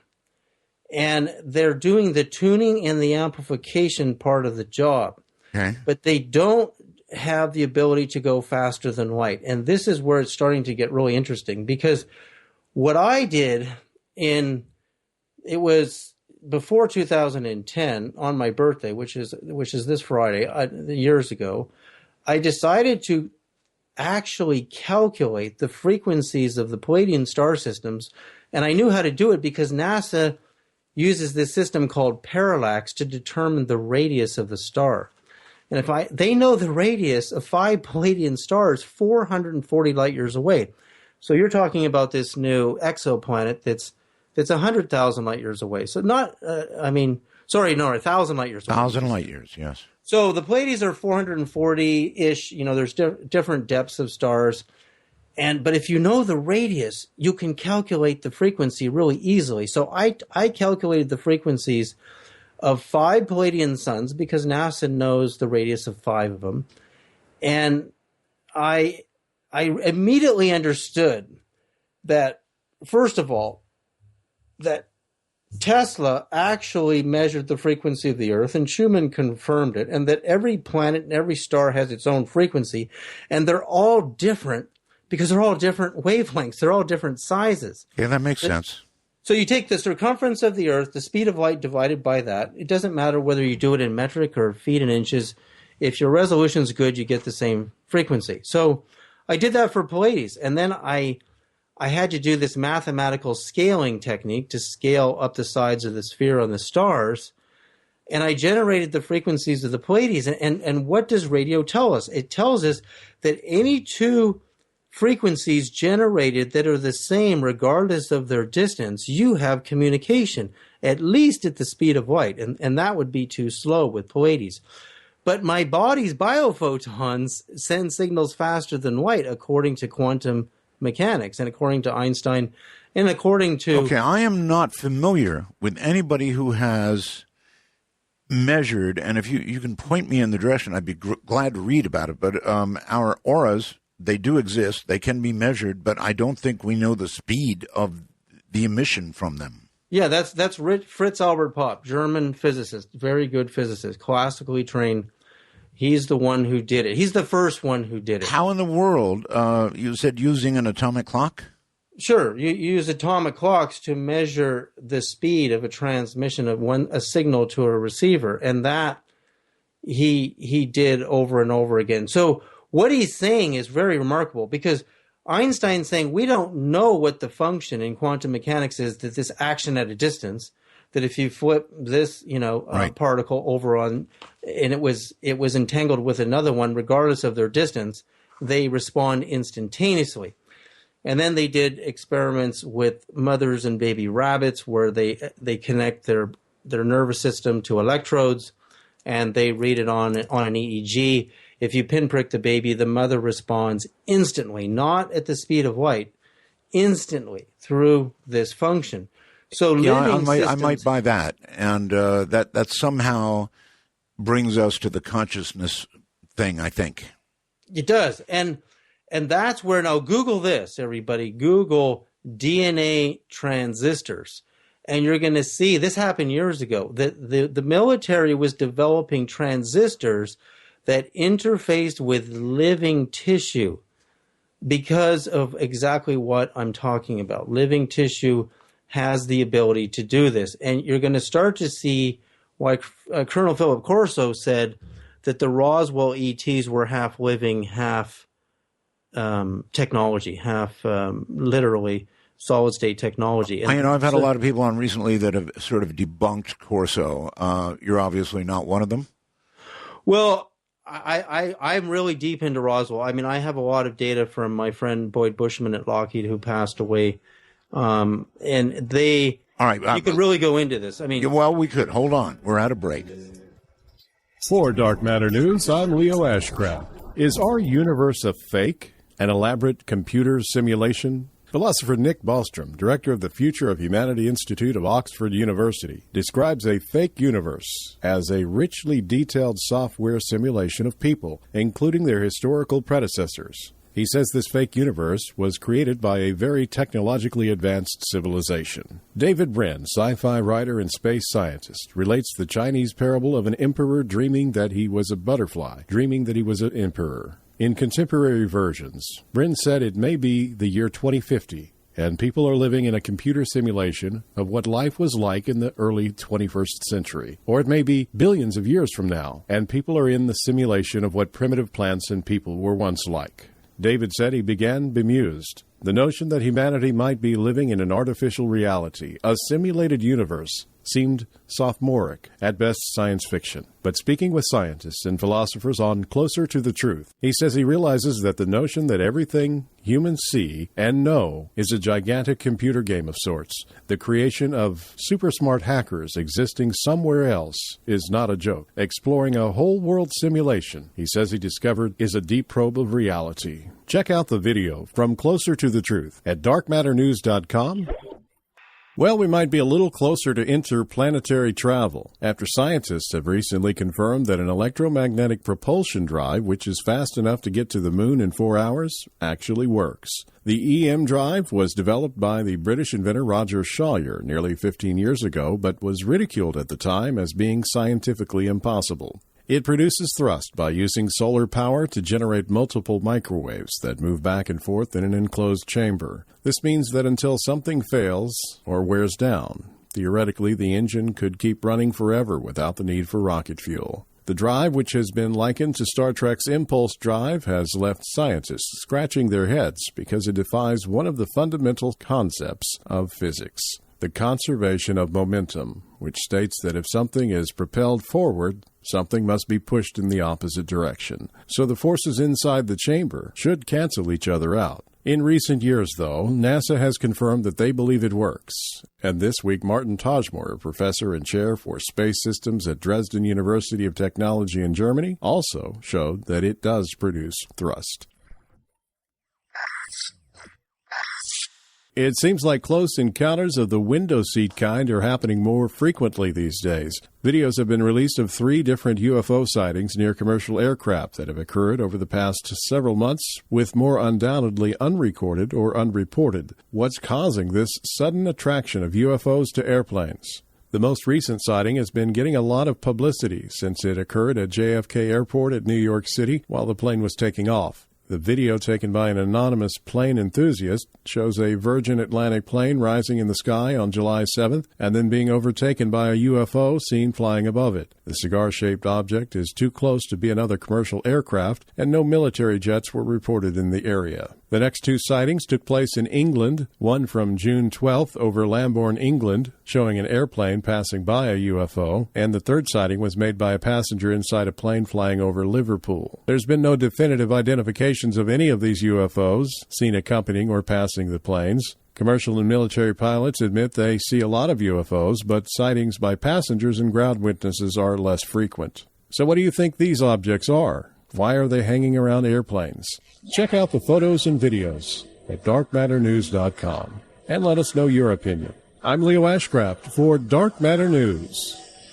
Back now to David Sereda, and I've got some things I've got to sort of get straight in my head, David. And here they are. I think we're mixing things up a little bit. Quartz, for example, indeed, if you pass an excitation through it, current, electricity, depending on how it's cut, it will produce a certain frequency, and that is a crystal, right? But transistors are, I just looked up there he is. There he is. I thought we'd lost you. Transistors are made from various materials, and they're all semiconductors. I'm not really aware, and various types of materials for semiconductors, David, but I'm not aware that crystal is used in transistors. No, it is. Crystal is a semiconductor, and you have PNP or NPN transistors. Transistors get really complicated, but they started with germanium. They went to quartz.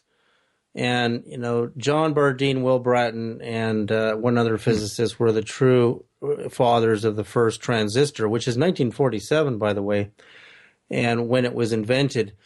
And the way they make them now, it's smaller and smaller and smaller. So a semiconductor is a material, basically different types of crystal that has electrons, unbound electrons that are not bound to the nucleus of an atom floating up on their surfaces, which makes them good amplifiers. So transistors amplify the signals, and the crystal oscillators generate frequencies. Well, they do that. All right, let's go back to Colonel Corso for a moment, because I'm getting so many mixed messages. I interviewed Colonel Corso before he passed, as you know, a series of interviews, actually, and he claimed that he turned over to private industry, piece by piece by piece, technology gleaned from crashed UFOs, the Roswell crash, frankly, and that a lot of what we have today is thanks to that. Now, I've had a lot of criticism lately of Colonel Corso, people not believing his story. Where do you come down? Well, see, we live in an age where you can counter everything. You can say, like when Boyd Bushman's story leaked prematurely over the internet about his photos of the alien, you really got to go deep. I go really deep in my investigations. I mean, I've studied the transistor, semiconductors, electronics. Okay. I make my own super inductive coils. Okay, you're wandering away from the question, which is about Colonel Corso. Yeah, and that's my point. Do I believe his story? I read the book, and I tend to believe him absolutely, because I've seen the evidence firsthand at a level that I've never even revealed yet. I mean, I'm looking at photographs of an alien from Roswell given to me by Boyd Bushman, where the flash on the camera seems to have triggered a photoelectric response that sent out a wave that was captured in the photography. And this is not a digital camera that was used. This was a film camera, and the wave coming out of the brain on this thing is electronic. I mean, this thing is... Are you telling me you've got a picture of an alien creature that is not public? This particular picture is not public. No, I never went public with it. For the reason, Art, that people don't believe, because they don't look at data deep enough. They only look at the surface. And when you look at the surface in an investigation, you're it's too easy for people to disbelieve because they won't look at everything properly. All right. And this particular photo disturbs me because, I was a darkroom master photographer. I looked at film, real film, for 20 years before everything went digital. Okay, do you think it's legit? I've never seen anything like this. I'm looking at a photograph with a true photoelectric response from the alleged alien or alien doll, or was it, like Corso said, an AI? Gee, David, why don't you share this photograph with me? I will. I will, and I'm making a movie about it, but I want to do it piece by piece, part by part, because this thing really got messed up. This Boyd Bushman story really got messed up. But I believe exactly like he said, they are part AI, and they, just like we are now doing, we're now making transistors that interface with living DNA for a very good reason, because of the properties of DNA. In fact, the very first successful transistor that John Bardeen and Will Bratton invented was immersed in water. It worked in water, but when they took it out of the water, it didn't work. Wait, David. I'm sorry to stop you again, but you said we're making transistors that interface with human DNA. I didn't say human DNA. I said DNA. And okay, DNA. DNA is in the middle of every cell. You have the middle of the cell. You have the mitochondria, the power plant of the cell, driving the DNA and the RNA, which builds the protein. So your DNA. Now, this was a study done by the discoverer of the AIDS virus. Luc Montagnier won the Nobel Prize for discovering the AIDS virus, and he does tests on DNA by inducting it with the frequency of Earth, inadvertently 7 hertz. He was lower than the frequency of Earth. So long wave radio. And the DNA responded to an ultra low frequency like that. Really?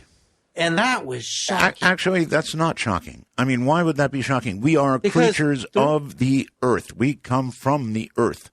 Depending on what you believe, God did it all in however many days, or we have slowly emerged from the muck of the earth. So we are part of the earth, are we not? Exactly. Yeah. Exactly. So I'm not surprised. So our DNA would read that frequency, and it shocked the researchers for only one reason, is the wavelength of DNA is so small as a coil, if you look at it as an inductor coil, and we can explain inductance really easily, that inductance is like, and I've done this in my house. So you take one coil, one like copper coil, wind up some wire around a cylinder, right, and connect it to a signal generator, generate a frequency and set it in front of your computer speakers, and you'll hear a tone. You'll hear. I can explain it even easier. The new Androids use induction to charge. In other words, you take your Android phone, you put it on you just lay it on this thing, and it charges magically. That's induction. Yeah, that's induction. Induction is transferring energy from one coil to another, and one of them doesn't have any power in it. That's right. But this is even a different function of induction. Is I get two coils in the house, right? Same idea. I got one in front of my speakers, and I got a signal going through it. My speakers, you can hear the buzzing in the speaker. I go somewhere else in the house, and I plug another coil into another signal generator, and when I match the frequency at a distance, I can hear the second coil in the other room through my speakers, and they're the same frequency, but they're not in phase. They're slightly out of phase.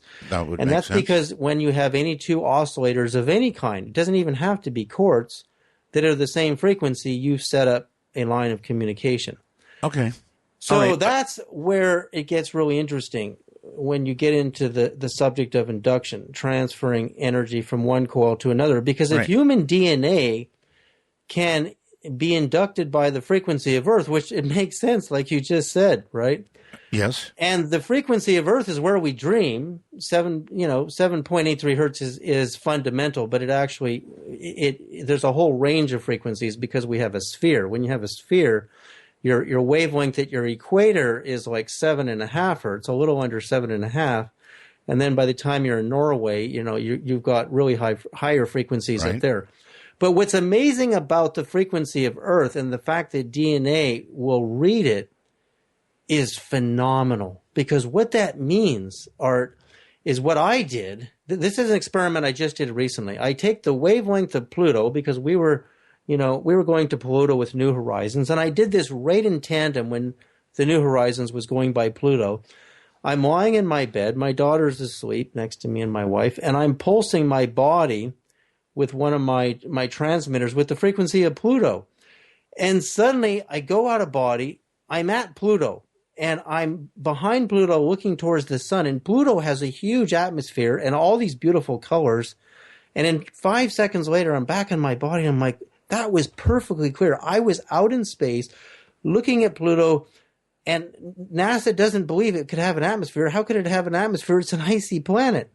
Well, 3 days later, when New Horizons went beyond Pluto, looking back at the sun, they were shocked. It had an atmosphere 1,500 miles deep, just as I had saw it, remote viewing it with the frequency of Pluto. Okay, so you remote viewed it. You weren't actually at Pluto. Well, no, you were it remote looked like viewing I was Pluto. there. Like I didn't see it in my mind. It's like suddenly I was jolted out of my body. There was this jolt, and I couldn't see my body. There was no astral body. Oh, okay. I was looking at Pluto in all perfect clarity, like a perfect movie. All right, now tell me about these frequencies that I'm staring at in front of me.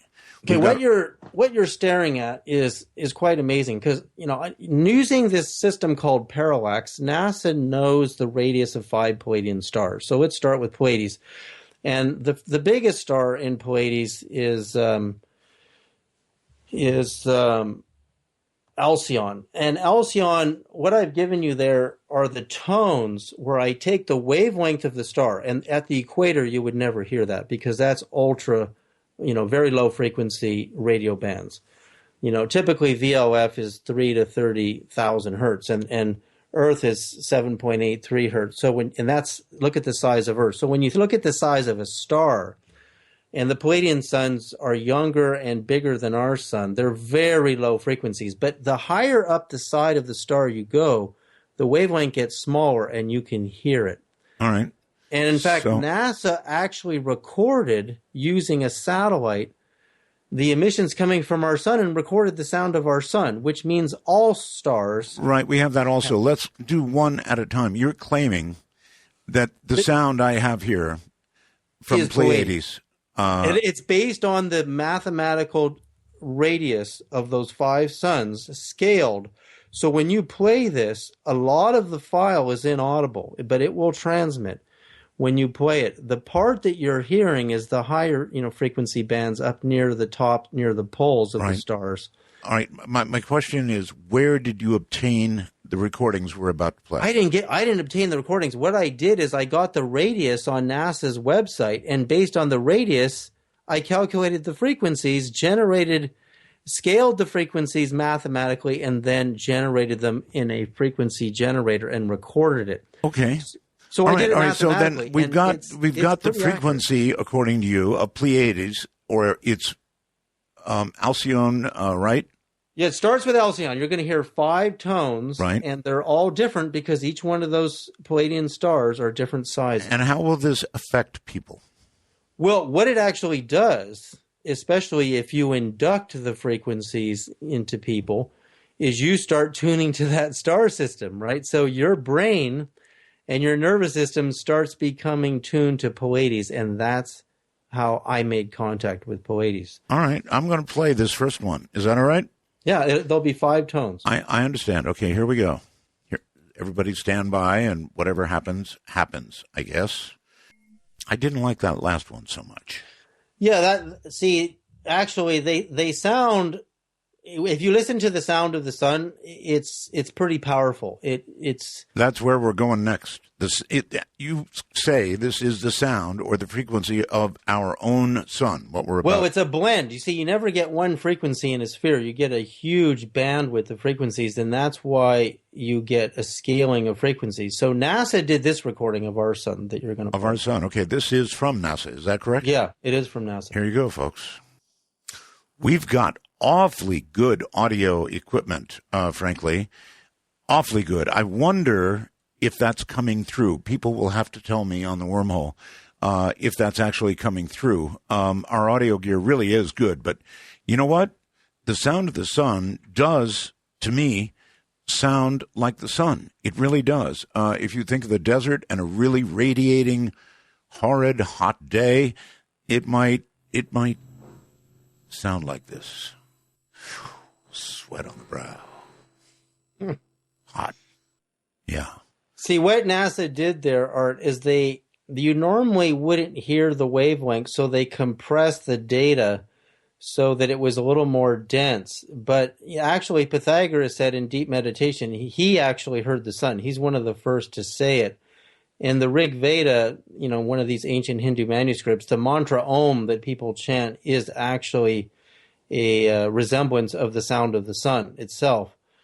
And it goes deeper and deeper in different religious philosophies. The Logos, the actual Logos, this was the original Lord's Prayer in Aramaic in Christianity. Jesus is saying, "O thou from whom the breath of life comes, who fills all realms with sound, light, and vibration." And he actually addresses Logos in John 1. And Logos actually is the sound of the sun. It's the sound of the cosmos.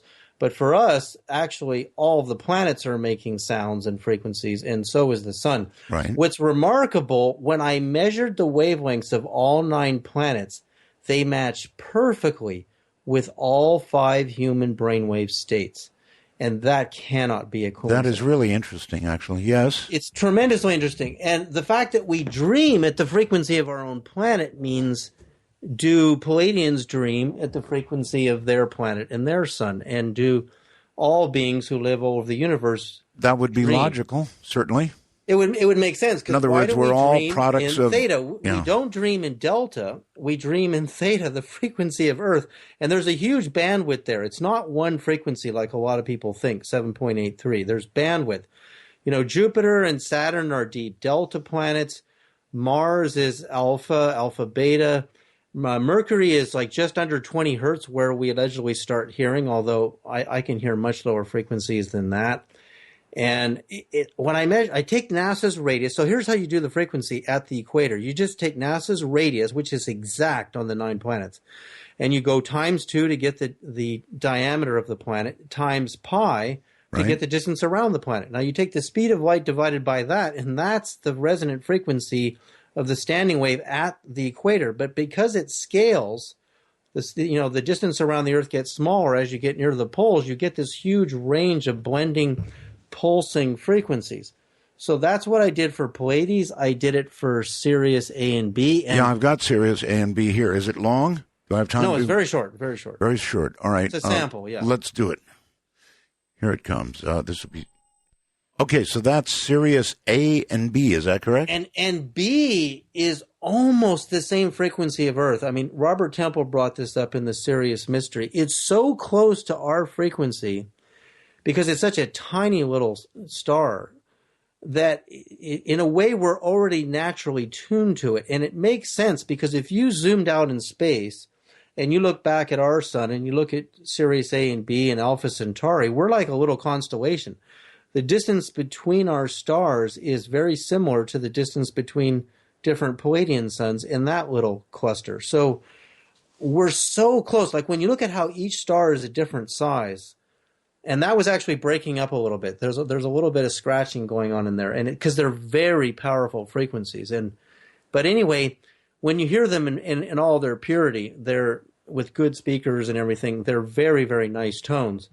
But see, what it means is that if our brain waves all match the wavelengths of the 9 planets, right, then we are tuned to this solar system consciously. All right, so I want to roll over this one more time with David. And the way these tones are derived, other than the sun, which was actually measured by NASA, very interesting, but these other tones are derived by measuring the planet itself. In other words, very much like our own Earth, measuring the size of the planet and various things, and then coming up with a tone, much as you would for Earth. Is that correct, David?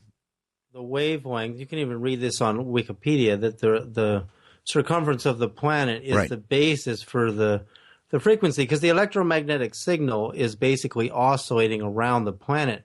And it doesn't do it perfectly evenly, and it's not just at the equator, because you have a sphere, you get higher and higher frequencies as you get near your poles. Okay. So it's a whole blending of frequencies. Like, for example, this is quite shocking, what I'll tell you now. is I'm the first one to do this. I took the capstone base of the Great Pyramid, 572.2, primitive inches, which is almost the same as our inch. There's a difference of 1.00106 inches, so it's almost identical. And the way you calculate the electromagnetic frequency, which is speed of light of a standing oscillating wave around a structure that has excited electrons in it. So the pyramid is made out of 3 different materials. The radioactive granite in the core, which is quite radioactive according to Robert Temple's measurements. And then it's surrounded by the 2 layers of limestone, which are all semiconductors, by the way, and which means they have electrons, unbound electrons on their surfaces. And the electrons get excited by the presence of fire or electricity. So there's 2 ways to excite the electrons in the Great Pyramid to cause it to generate frequencies. So what's shocking is the slope angle of the Great Pyramid is 51 degrees and 51 minutes. So if I take the square base of the capstone of the pyramid, which is 2,288.8 primitive inches, so 572.2 times 4, and then I change it into modern inches, and then I resolve the speed of light in inches, and I calculate the frequency, it's 5151. It's 5.151 megahertz square. That's the same number as the slope angle, which means the builder knew the speed of light, because we didn't know the speed of light even accurately until after 1972. So when Einstein was making a lot of his calculations, we didn't even have an accurate speed of light. The speed of light has to be so perfect in order for me to get the number that I got on the Great Pyramids. It is very interesting. I'll give you that. The builder knew the speed of light. Okay, we have 5.151 megahertz square. So what does that frequency do? Why did the Egyptians make such a massive crystal oscillator and we make tiny ones? Yeah. Because when you get that many electrons in a massive semiconductor oscillating, you can open up a vortex wormhole, I believe. Well, that's of reach yet, but we've got 2 other sounds here, right? Mm-hmm. What are they? We have Vega. Can you see Vega? Sure. Vega was the star in the movie Contact. I love the sound of Vega. I mean, on my speakers, it's beautiful. All right, let's see how they sound on everybody's speakers. This is going to be Vega. Huh. That actually is pretty cool. So that's Vega. And I could scale it even better. I mean, if I had supercomputers, I could get more and more bands of resolution going up the sides of the sphere, and it would be even smoother sounding than that. All right, I'm going to do Vega again. I liked it. I kind of liked it. Vega one more time. You could actually hear a little static in the middle of that. That was interesting. Yeah, that's probably just a little bit of... I don't hear that when I'm playing it here, but it's going through a huge network. What's amazing is you're sending out the frequency of Vega through a huge network, and that frequency is hitting our whole planet right now, which is pretty amazing. And that's fine. And all does right. that open a line of communication between us and Vega? And that's what I found. Okay, well, that's what I don't get. And we'll come back to that because we have one more sound, right? We have one more sound. What is the name on that one? Spica. Spica. Spica, yes. Spica is in Virgo. Okay, let's do that one, and then we'll talk about it. Here it is, I think. That one's a little annoying. Anyway. Well, those radio astronomers, when they're listening to some of the pulsars and different sounds coming out of the stars, I mean, it's definitely enough to rattle your brain. When I do this, I don't listen to the sounds. I induct my nervous system with a coil, so I don't hear anything because I magnetically transfer the frequency. All right, but here's what I don't get, David. Here's what I don't get. Mm-hmm. All right, I get how you came up with the sounds, but you seem to be inferring that if you have this sound and you inductively couple it or whatever you do to get it into your body, and then Vega or whatever you're playing at that moment is also, of course, emanating that sound, you seem to be implying that there's a communication.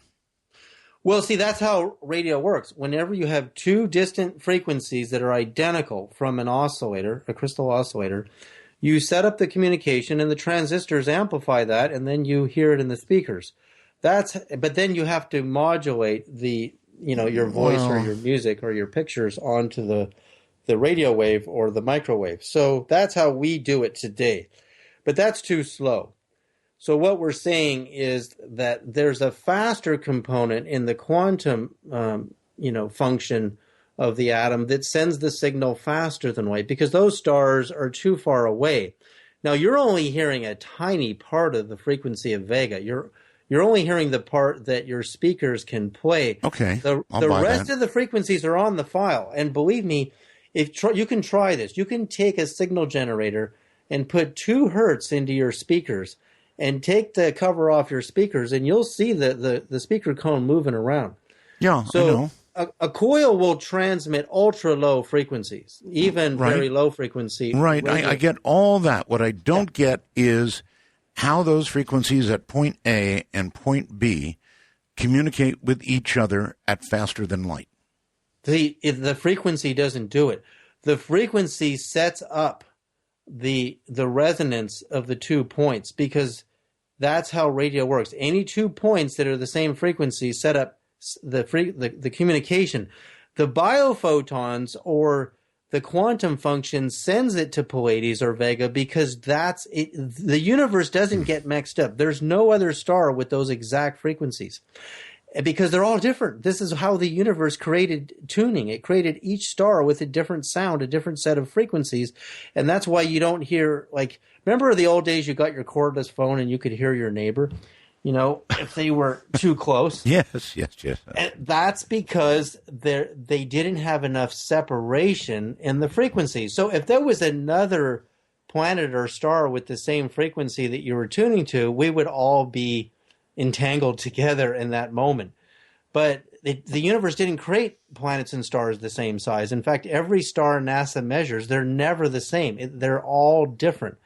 And when I scale them, they all sound different because the numbers are all different. And well, so if they relate to the size and mass, then yes, of course they're different. They would have to be. They're all different. Yeah, they would have to. And that sets their own unique frequency apart from every single other star out there. Okay. Now, it's true that some can be incredibly close. Like Sirius B and Earth are almost the same. They're not really, in the world of radio, you would, if you were tuning down the radio band, you would skip over it.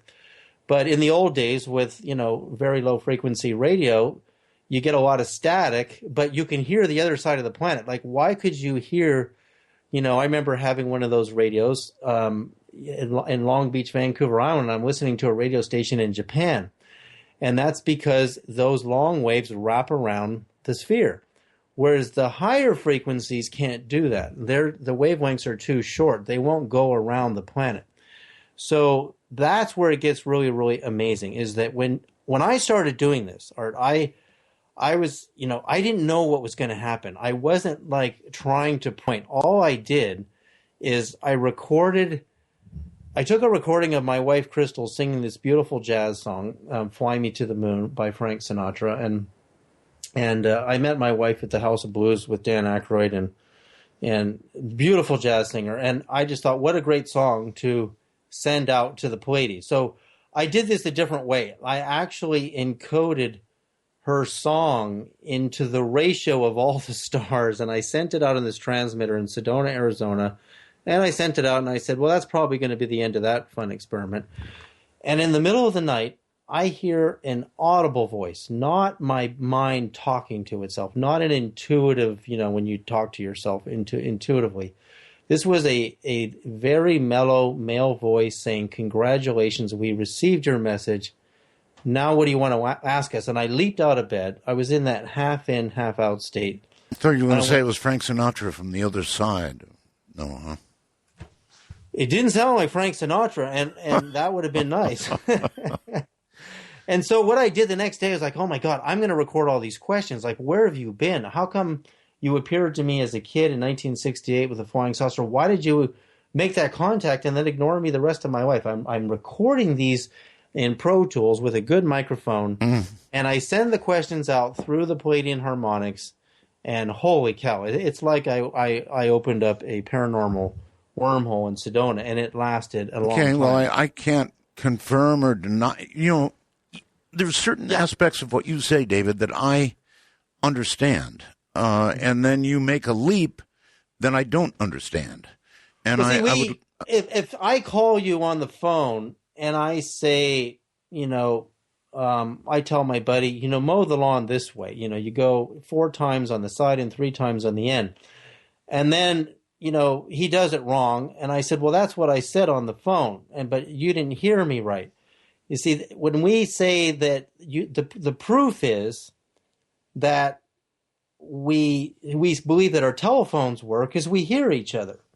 So in the end of the telephone, you need a consciousness to hear the phone call. And if there's no consciousness, did anybody really call you? And did they tell you to mow the lawn this way or that way? And that's where it gets interesting, is because most of what the Palladians have told me, and I've had many, many experiences, including my little 4-year-old daughter, don't even tell her what I'm doing. And she wakes up in the middle of the night and saying, Daddy, I saw a bright light coming, and I jumped up, and that's why I got scared in the middle of the night.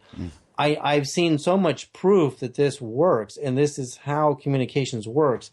The next step to prove it to the world is you need that DNA transistor to amplify this ultra-weak signal that the brain is picking up. You see, the brain is able to perceive in delta less than 1 hertz, less than 1 wave a second, right? But my point is the brain is sensitive enough to electrically pick up ultra-low frequencies, which are the wavelengths of big planets and stars, actually. But you can't tell me what the brain is picking up. You only know that the brain can measure a frequency that low. But what if you have a DNA transistor connected to that, and then I can actually determine what consciousness is? A DNA transistor. A transistor that's connected to DNA, which is then connected to... See, you can connect an electrode to your brain. Yes. And do an EEG, but that's just going to measure the frequency of the brain. Remember, like radio works at different frequencies, right? You have you got me there, and you're about to lose me. Because what do you mean by a DNA transistor? Well, you have to Google this. A DNA transistor means you would take the transistor and you would connect it to tissue that is alive, that has DNA cells inside of it that are living to the transistor. Now, you have to remember the very first transistor that John Bardeen and Will Bratton got working, and there's 3 of them. I don't know why I'm blacking out the last guy, because there's 3 inventors of the transistor. It worked in water only, and water's full of DNA. It's full of little, cells running around in there, unless you've got distilled water. So what I'm saying is that that's how you do it. You got to amplify the tiny, tiny data and information that comes into the human brain that assembles itself as pictures in the mind. Yeah, but we're millions of miles from being able to do that. We're not. That's what I'm saying. Look up DNA transistors. They're well, so I mean, close I to doing think this. they are theoretical physicists are thinking about this stuff, but I don't know of anybody who's actually done it. Talk to. I'm trying to remember his name. He's the solid state physicist from Stanford who was in the movie What the Bleep Do We Know. His name. I don't know why it's all right. Well, think about his name. I'll take a break here. All right. I can't resist doing this. I really, really, really liked The Sun. So here it is one more time. That's something. All right. Anyway, welcome back, David. Again, I'm going to try this one more time with you. I understand frequencies. I understand how you are deriving these frequencies, the measurements you're using to derive these frequencies. That makes sense to me. What doesn't make sense is if there's a frequency at Pleiades and there's one here on Earth, how are you exceeding the speed of light to be in communication with, I'm guessing you're saying ETs there, right? Exactly, yeah. Okay, how do these two communicate with each other? How at the, greatly exceeding the speed of light? How does that happen? See, the speed of light, the electromagnetic part of it, is not what's doing it. What it's is? Actually the DNA. In fact, I just found this article DNA transistors, New Scientist, April 2nd, 2013. I know they're talking about it. I am aware of that. Okay. So, like, here's one of the, this is one of the ways I could explain it. And there were studies done in Florida by, his name is David Cole, computer scientist, who connects human brain waves to EEGs and dolphins. Okay. And when the dolphins get near the humans, yes, the dolphins seem to cause the human brainwave to change to theirs. And the researchers don't seem to notice what's really going on here. And another study, separate study, they did this with children. And once again, the children's brainwaves suddenly changed to the state of the dolphins. Now, what's interesting about this to me is the dolphin doesn't change to the human brainwave state. It's the human that changes to the dolphin's brainwave state. There actually are those who think dolphins could be conceivably smarter than humans. I'm sure you know that. Oh, well, tonally and frequency, they have a far greater frequency capacity than humans. Their brains are nearly the size of ours, and they exhibit some of the same different frequencies of brainwave states that we do. But I believe, see, this is what happens with electrical inductance. If a stronger magnetic field coil comes into proximity with a weaker magnetic field coil, the stronger one will usurp the weaker one and transpose its magnetic field on the weaker one and increase its energy. All right. And there's two ways that happens. It's not just the field strength, it's the coherency and the organization of the dolphin brainwave that is much more peaceful and serene and organized. But the most important part of the experiment to me is what the subjects experience when they get in the presence of dolphins. You get children that are autistic that suddenly become coherent and start communicating. I've heard that. And that means that through living magnetic field inductance, you're transferring consciousness from one being to another. Okay, that I might be willing to buy, actually. Let's go. Take a couple of calls, David. Yeah. Tulsa, Oklahoma. David Sereda. Hi, Art. Hi. I'm just, I'm still, tonight's guest, I'm a little confused. I feel like we're starting at A and then jumping all the way to Z, and I'm just sort of lost. And if you could go back over the deal with DNA transistors, because to me, we keep going back and forth between oscillators and transistors, and in my world, they're two different things. And, other than being a micro tiny switch attached to the recombinant chemical, I don't know what that would do. I mean, that doesn't, to me, seem like it would have any effect, and I'll take my answer off air. Okay. Well, first of all, transistors have multiple functions. In the early days, they were used to amplify radio signals because that's all we had as a means of communication. I mean, now transistors in your computer are used for colors and amplifying colors and generating colors and tones and everything in your computer. So you can't say a transistor is just an amplifier.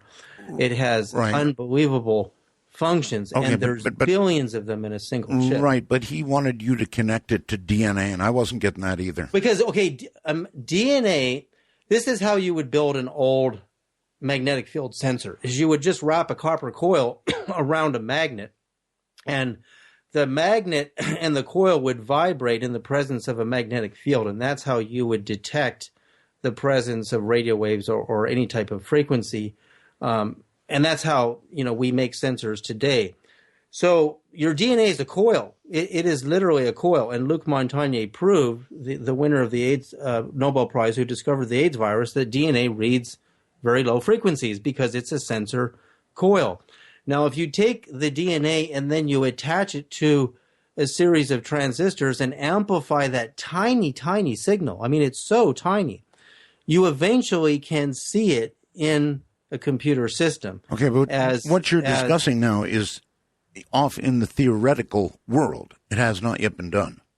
Well, when you look at some of the articles about, like this one in New Scientist, DNA transistors pave the way for living computers, it's not, the direction I'm saying to use it is theoretical, because what I'm saying is I'm having so many people doing this, pulsing their body with inductance with these coils, the frequencies of distant stars, and having experiences behind sleep and and even things happening in the house, that it would prompt you to say that there's got to be something going on here, because it's not just me. There's hundreds of people having experiences like I'm talking about, remote viewing with frequencies, a distant planet or a distant star.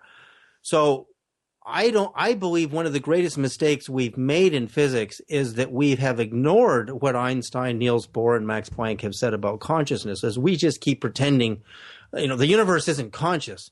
But this is the funny part. When they're measuring the Big Bang and they're saying the first second, second, they're acting like somebody's watching the universe banging. But if there's nobody around and you don't believe the universe is conscious, nothing's happening, because there's nothing there to observe it. And that's the funny part to me about physicists, is when they say that there's no consciousness. What do you mean? You're a consciousness. You're looking at the experiment. If you're not looking at the experiment, it isn't happening. And they're saying there's no consciousness. And Max Planck was crazy, and Einstein didn't really mean to say that. I mean, believe me, I've sat around and worked with some of the best Nobel Prize winners in the world on nuclear fusion and landmine and bomb detection. I know a lot about how electronic systems work and how they're developed. And I know these guys they tell me, I mean, these are current winners of prizes in physics, that they were just being philosophical when Einstein said that about consciousness, and that when Max Planck said that. And I think that's where we made the biggest mistake, is we don't realize the human nervous system is an electrical system. It can be inducted. Like in the case of an alien abduction, your body becomes paralyzed by a field of energy that overtakes you. All right, we've got a break here. For Dark Matter News, I'm Leo Ashcraft. Earth may have a hairy mane of dark matter flowing around it. Well, that's quite an image to imagine. Nearly 85% of the matter in the universe is thought to be so-called dark matter, stuff that has not yet been detected directly because it only interacts with normal matter via gravity, rather than being distributed smoothly through galaxies. Simulations show that dark matter particles should clump into features like halos, disks, and streams. Gary Prezu at the Jet Propulsion Laboratory in California wondered what would happen if a stream of dark matter pierced a planet like Earth. He calculated that the planet's gravity would bend the particles' trajectories and focus them to a point. This lensing effect would concentrate dark matter along an axis passing through Earth's core, reaching densities about 1 billion times more than average at the focal point. Prezu calls these features hairs. The focus or root of one such hair would be about 1 million kilometers above Earth, just beyond the moon. Crime sentencing has long been based on the present crime and sometimes the defendant's past criminal record. In Pennsylvania, judges could soon consider a new dimension, the future. Pennsylvania is on the verge of becoming one of the first states in the country to base criminal sentences not only on what crimes people have committed and been convicted of, but also on whether they are deemed likely to commit additional crimes. As early as next year, judges there could receive statistically derived tools known as risk assessments to help them decide how much prison time, if any, to assign. Got paranormal news tips? Strange news? Take a look at past and future programs at darkmatternews.com. Take me away. I don't mind, but you better promise me I'll be back in time. If you've ever dreamed of cruising around town on a floating skateboard like Marty McFly does in the classic 80s flick Back to the Future Part 2, then you could soon be in luck. A pair of innovators is trying to make the futuristic fantasy of riding a hoverboard into a reality. Husband and wife design team Jill and Greg Henderson launched a Kickstarter campaign for their Hendo hoverboard, a levitating skateboard that could hit hover parks as early as October of this year. Hey, stop! Little girl, stop! Look, I need to borrow your hoverboard. The Kickstarter campaign, which ended in December of last year, was a resounding success. It brought in well over its initial goal of $250,000 in its first week. And before the campaign ended, the project had already raised nearly $500,000. But with all this hype, there comes an important question. How in the world does this thing work? The basic premise behind the technology is something called magnetic field architecture. MFA is Henderson's term for what others may call magnetic levitation, or maglev, which is already used to power superfast hovering trains in Japan, China, and South Korea. These trains use magnets to create lift and thrust, and can travel at blistering paces because there's no friction between the train's wheels and the axles and the rails. But the technology behind the Hendo hoverboard is different from other applications of maglev. The most obvious difference is that, unlike a train, the board doesn't follow a track. Instead, it hovers freely on top of a surface plated in copper. Hey, McFly, you bojo! Don't burst all work on water! Unless you've got power! But it could also be made to hover over aluminum, as well as a variety of non-metal materials that are also inductors.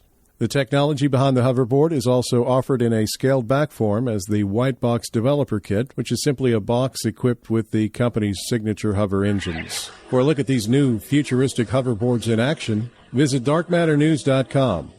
I'm Leo Ashcraft for Dark Matter News. I think, David, we actually have somebody in a truck. Now, that's kind of unusual for this program.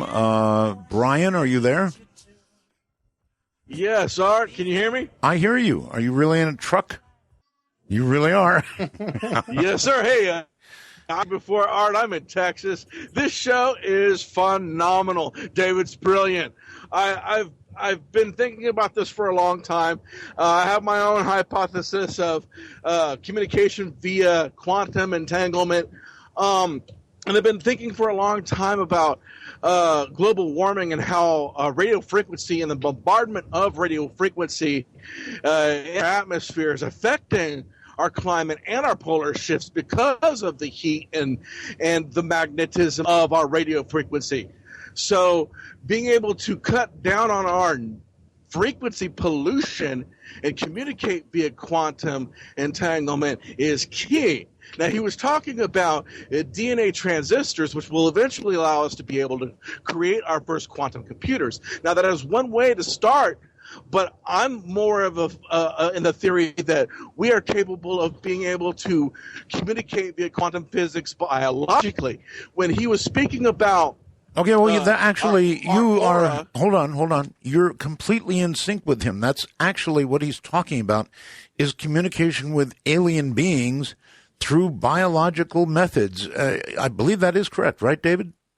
Well, I'm using both. I'm taking the frequency of the star, which most of it you can't hear because it's below the speaker and the human brain's ability. I transmit it from a sacred geometry coil under my bed into my body, and then, when I don't do it, I don't have these experiences, and when I do it, I have the experiences. So I know it works, and many of my users know it works, but the question is, how do you explain it, and how do you prove it? Not easily, and not easily. And part of what the caller is talking about, I believe a lot of the chaos in the electromagnetic transmissions around the planet are what's causing a lot of the heat. Because chaos produces heat. Well, if radio waves could be seen, we'd all be ducking. Trust me, it would just be a soup out there. Denver, absolutely. Denver, Colorado, you're on with David. Hey, Art. Love the show. I'm actually one of the people from the TuneIn app, so I got Joe Rogan to retweet that for you to get you some more listeners. I love Joe. That's great. Thank you.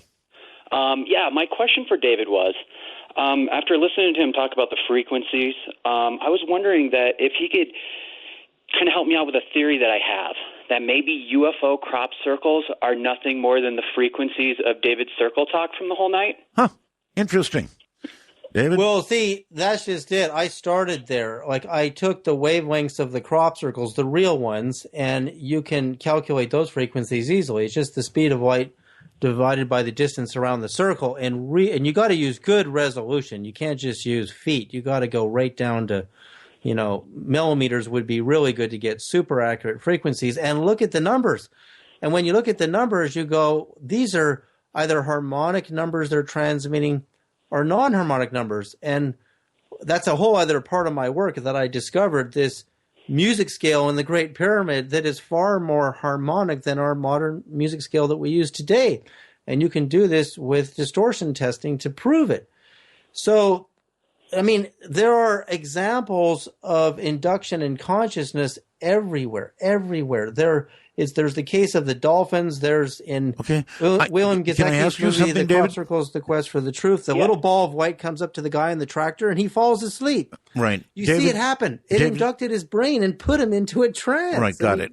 Can I ask you a question? When the pyramid was functioning, capstone on there and everything, and the pyramid was functioning, what was it doing? I believe, and I've had this experience where I actually met Anubis in a lucid dream when I was pulsing pyramid frequencies in my body. Yeah. And he told me, with an oscillator that size, what it actually does is, see, we use oscillators to send two radio waves to communicate with each other, but it's not the frequency that's the communication. It's our voices and the guy's horn who just played his horn. It went through, it vibrated, and it got encoded on the radio wave, and when it got here, we disassembled it and played the sound back instantly, right? So we use oscillators to establish the frequency that is then amplified and used for two-way communication, right? Two-way communication. Receivers, transmitters. But the frequency itself is not the communication. The communication is sound and pictures, which is modulated onto the radio wave. So, but that only travels at the speed of light. Absolutely. The quantum function is faster. So what I'm saying is if you send the frequency of a distant star or planet into a quantum level vibration, then the quantum function will send the signal to that star faster than the speed of light. And that's how I believe the only way we're ever going to make ET contact is when we go in this direction. Well, you might be right about that. I don't know... honestly, whether we're ever going to make ET contact, but if we do, we're going to need something that goes really fast, and I think that's going to happen at the quantum level. So I agree with that. We've already made ET. The point is, we've made the contact. It's happening to so many people, but they can't prove it. Okay, let's go to Missouri. Hello, Missouri. Yes, actually, it's Christy from Oregon. I just wanted to go ahead and ask you guys your viewpoints on how frequency waves connecting with binaural beats, lucid dreaming, out-of-body experiences, and sleep paralysis. I've been practicing lucid dreaming for about 6 years now and, meditating with the binaural beats. And I have found some crazy reactions from it, that's for sure. I was just a little more curious about those frequency waves that we were hearing earlier and how they connect in and change our signals in our brain. You want that one, David? David? Hello? Can you hear me? Yes, I hear you. Well, see, there's way beyond binaural beats. I mean, I found the pyramid is a quadraneural transmitter.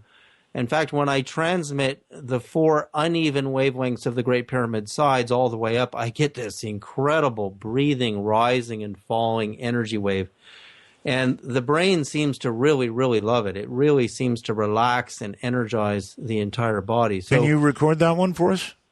I'll send it to you. Absolutely. Actually, the sounds would blow you away. Awesome. If you have really good, I use ESS speakers, and I can shake the whole house down. We've got pretty good audio, so we'll shake them up. Yeah, so I'll send you those. Okay. But the point is, over and over and over again, I mean, the caller just asked about sleep paralysis. Yes. When a being or consciousness with a greater magnetic field than your nervous system, which is not very powerful, the human nervous system, usurps it, you become paralyzed because there's far more energy coming from their magnetic field than yours. And therefore, they can transfer either a negative or a positive experience to you through that taking over your electrical nervous system, but they wouldn't permanently take over your system. There's a story of Robert Monroe in Claude Swanson's book, The Synchronized Universe, where Robert Monroe is sleeping in this cage with all these wires wrapped around the sleeping area, right? And he goes out of body, goes through the wires, and then they put certain frequencies in the wires, and he can't get out of body. He's trapped. And that's what happens with disharmonic. Hold on, David. Hold on. A caller? Yeah. Caller, go ahead. I'm so sorry for interrupting. No, go ahead. I had ones where I was out-of-body experiences where I was pulling. I could feel literally like my soul or whatever you may call it pulling from my head and my body, and I could feel my physical body shaking, but I couldn't get out of it, but I was trying so hard to. Once I got out, I actually floated, of course, to my ceiling, which I hear is very common. And I could see my surroundings below me. when I woke up, I found that my surroundings were exactly how I envisioned them in my dream. But I meditated with these beats before most of my dreams that I had like this. But I was wondering if the pull is like that. I mean, is the pull where you're like, it almost feels real from pulling from your head, your body. Well, see that you described the intense vibrations when you were going out, and that's when the electrical nervous system starts getting pulsed, and so it feels like a pulsing because there's a lot of energy moving through the spine and the nervous system, and then eventually you have enough energy in the right frequency to get out. But what I'm saying in the Monroe experiment is there are certain frequencies that will trap you and keep you stuck here, and there's other frequencies that can liberate you and get you out there. And I found what really binds us to this body, we can't get out. We can't get past the solar system, or we can't even get past Earth because we're all dreaming at the same frequency as our own planet. So how do you get past it? How do you get out there?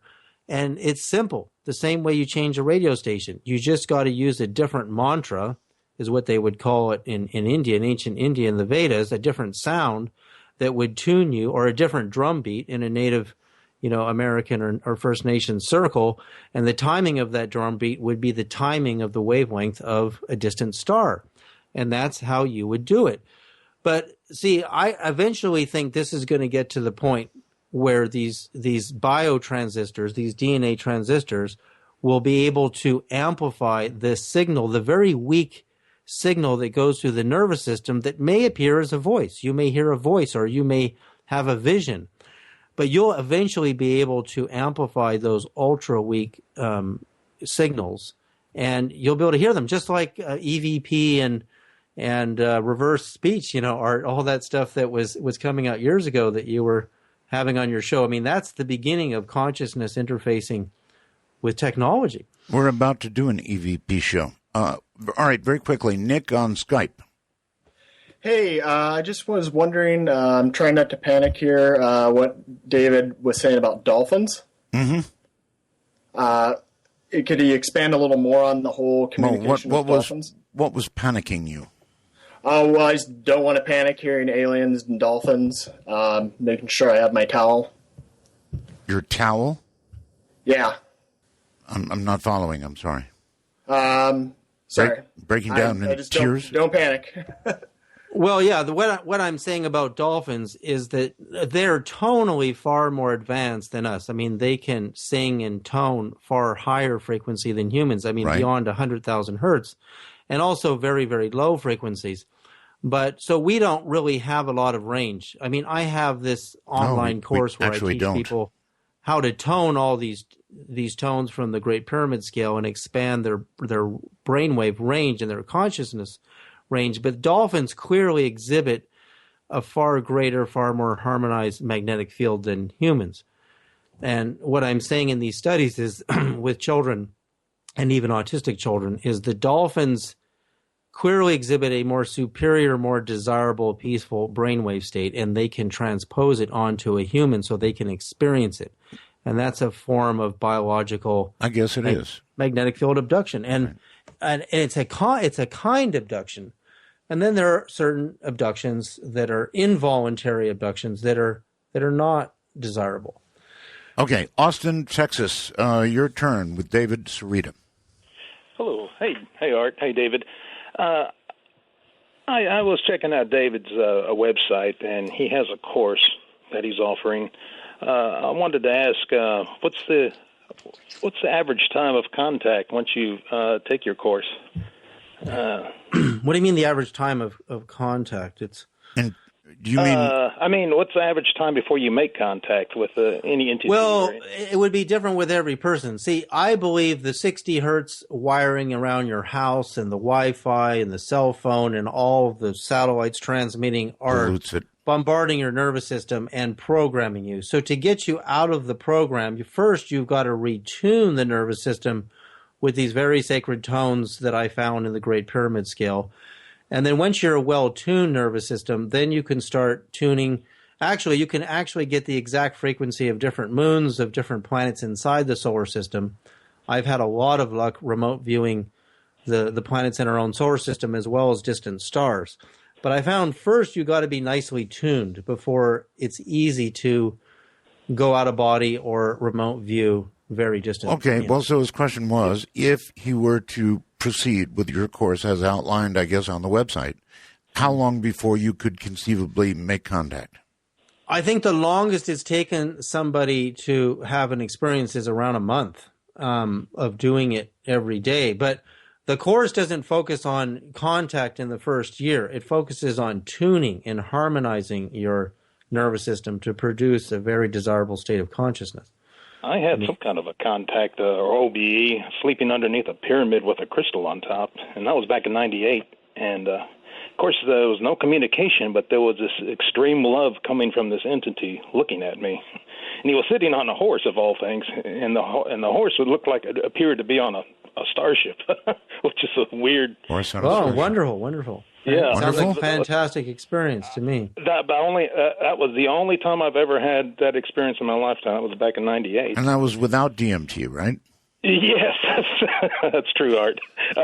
One other thing, I did use your jewelry once, and I still have this weird effect.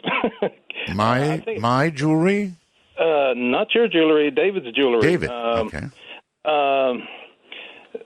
Whether it was taken away, it was mysteriously taken away from me. But the effects is I project energy out of my eyes.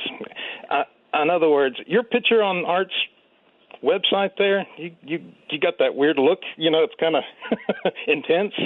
Mm-hmm. Sometimes I have that look in my eyes, and people are almost sometimes either react good to it or they freak out at it. And I project energy that actually zaps them.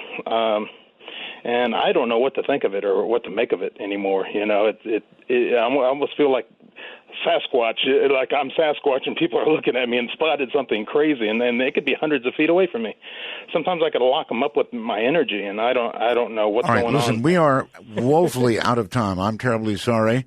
And then somebody's distracting me by calling me on Skype with a Skype name of Beating a Pale Horse. David, it's been a pleasure having you on the program, but we are absolutely out of time. Out of time. Yes. So thank you, Art. It's been wonderful being here. It's a real treat for me to hear your voice again. And I love your skepticism and how deep you go on both sides of the question. Well, I try to understand. Sometimes I get stuck, David. And it's great. It's great. I love it. Okay. All right, buddy. Thank you. Thank you, Art. Take care. That's it. This magical journey. It goes on. Will take us on a ride. Every night. 5 nights a week. It's called Midnight in the Desert. Thank you all, and have a worldwide, through all the time zones, have a great night. See you tomorrow.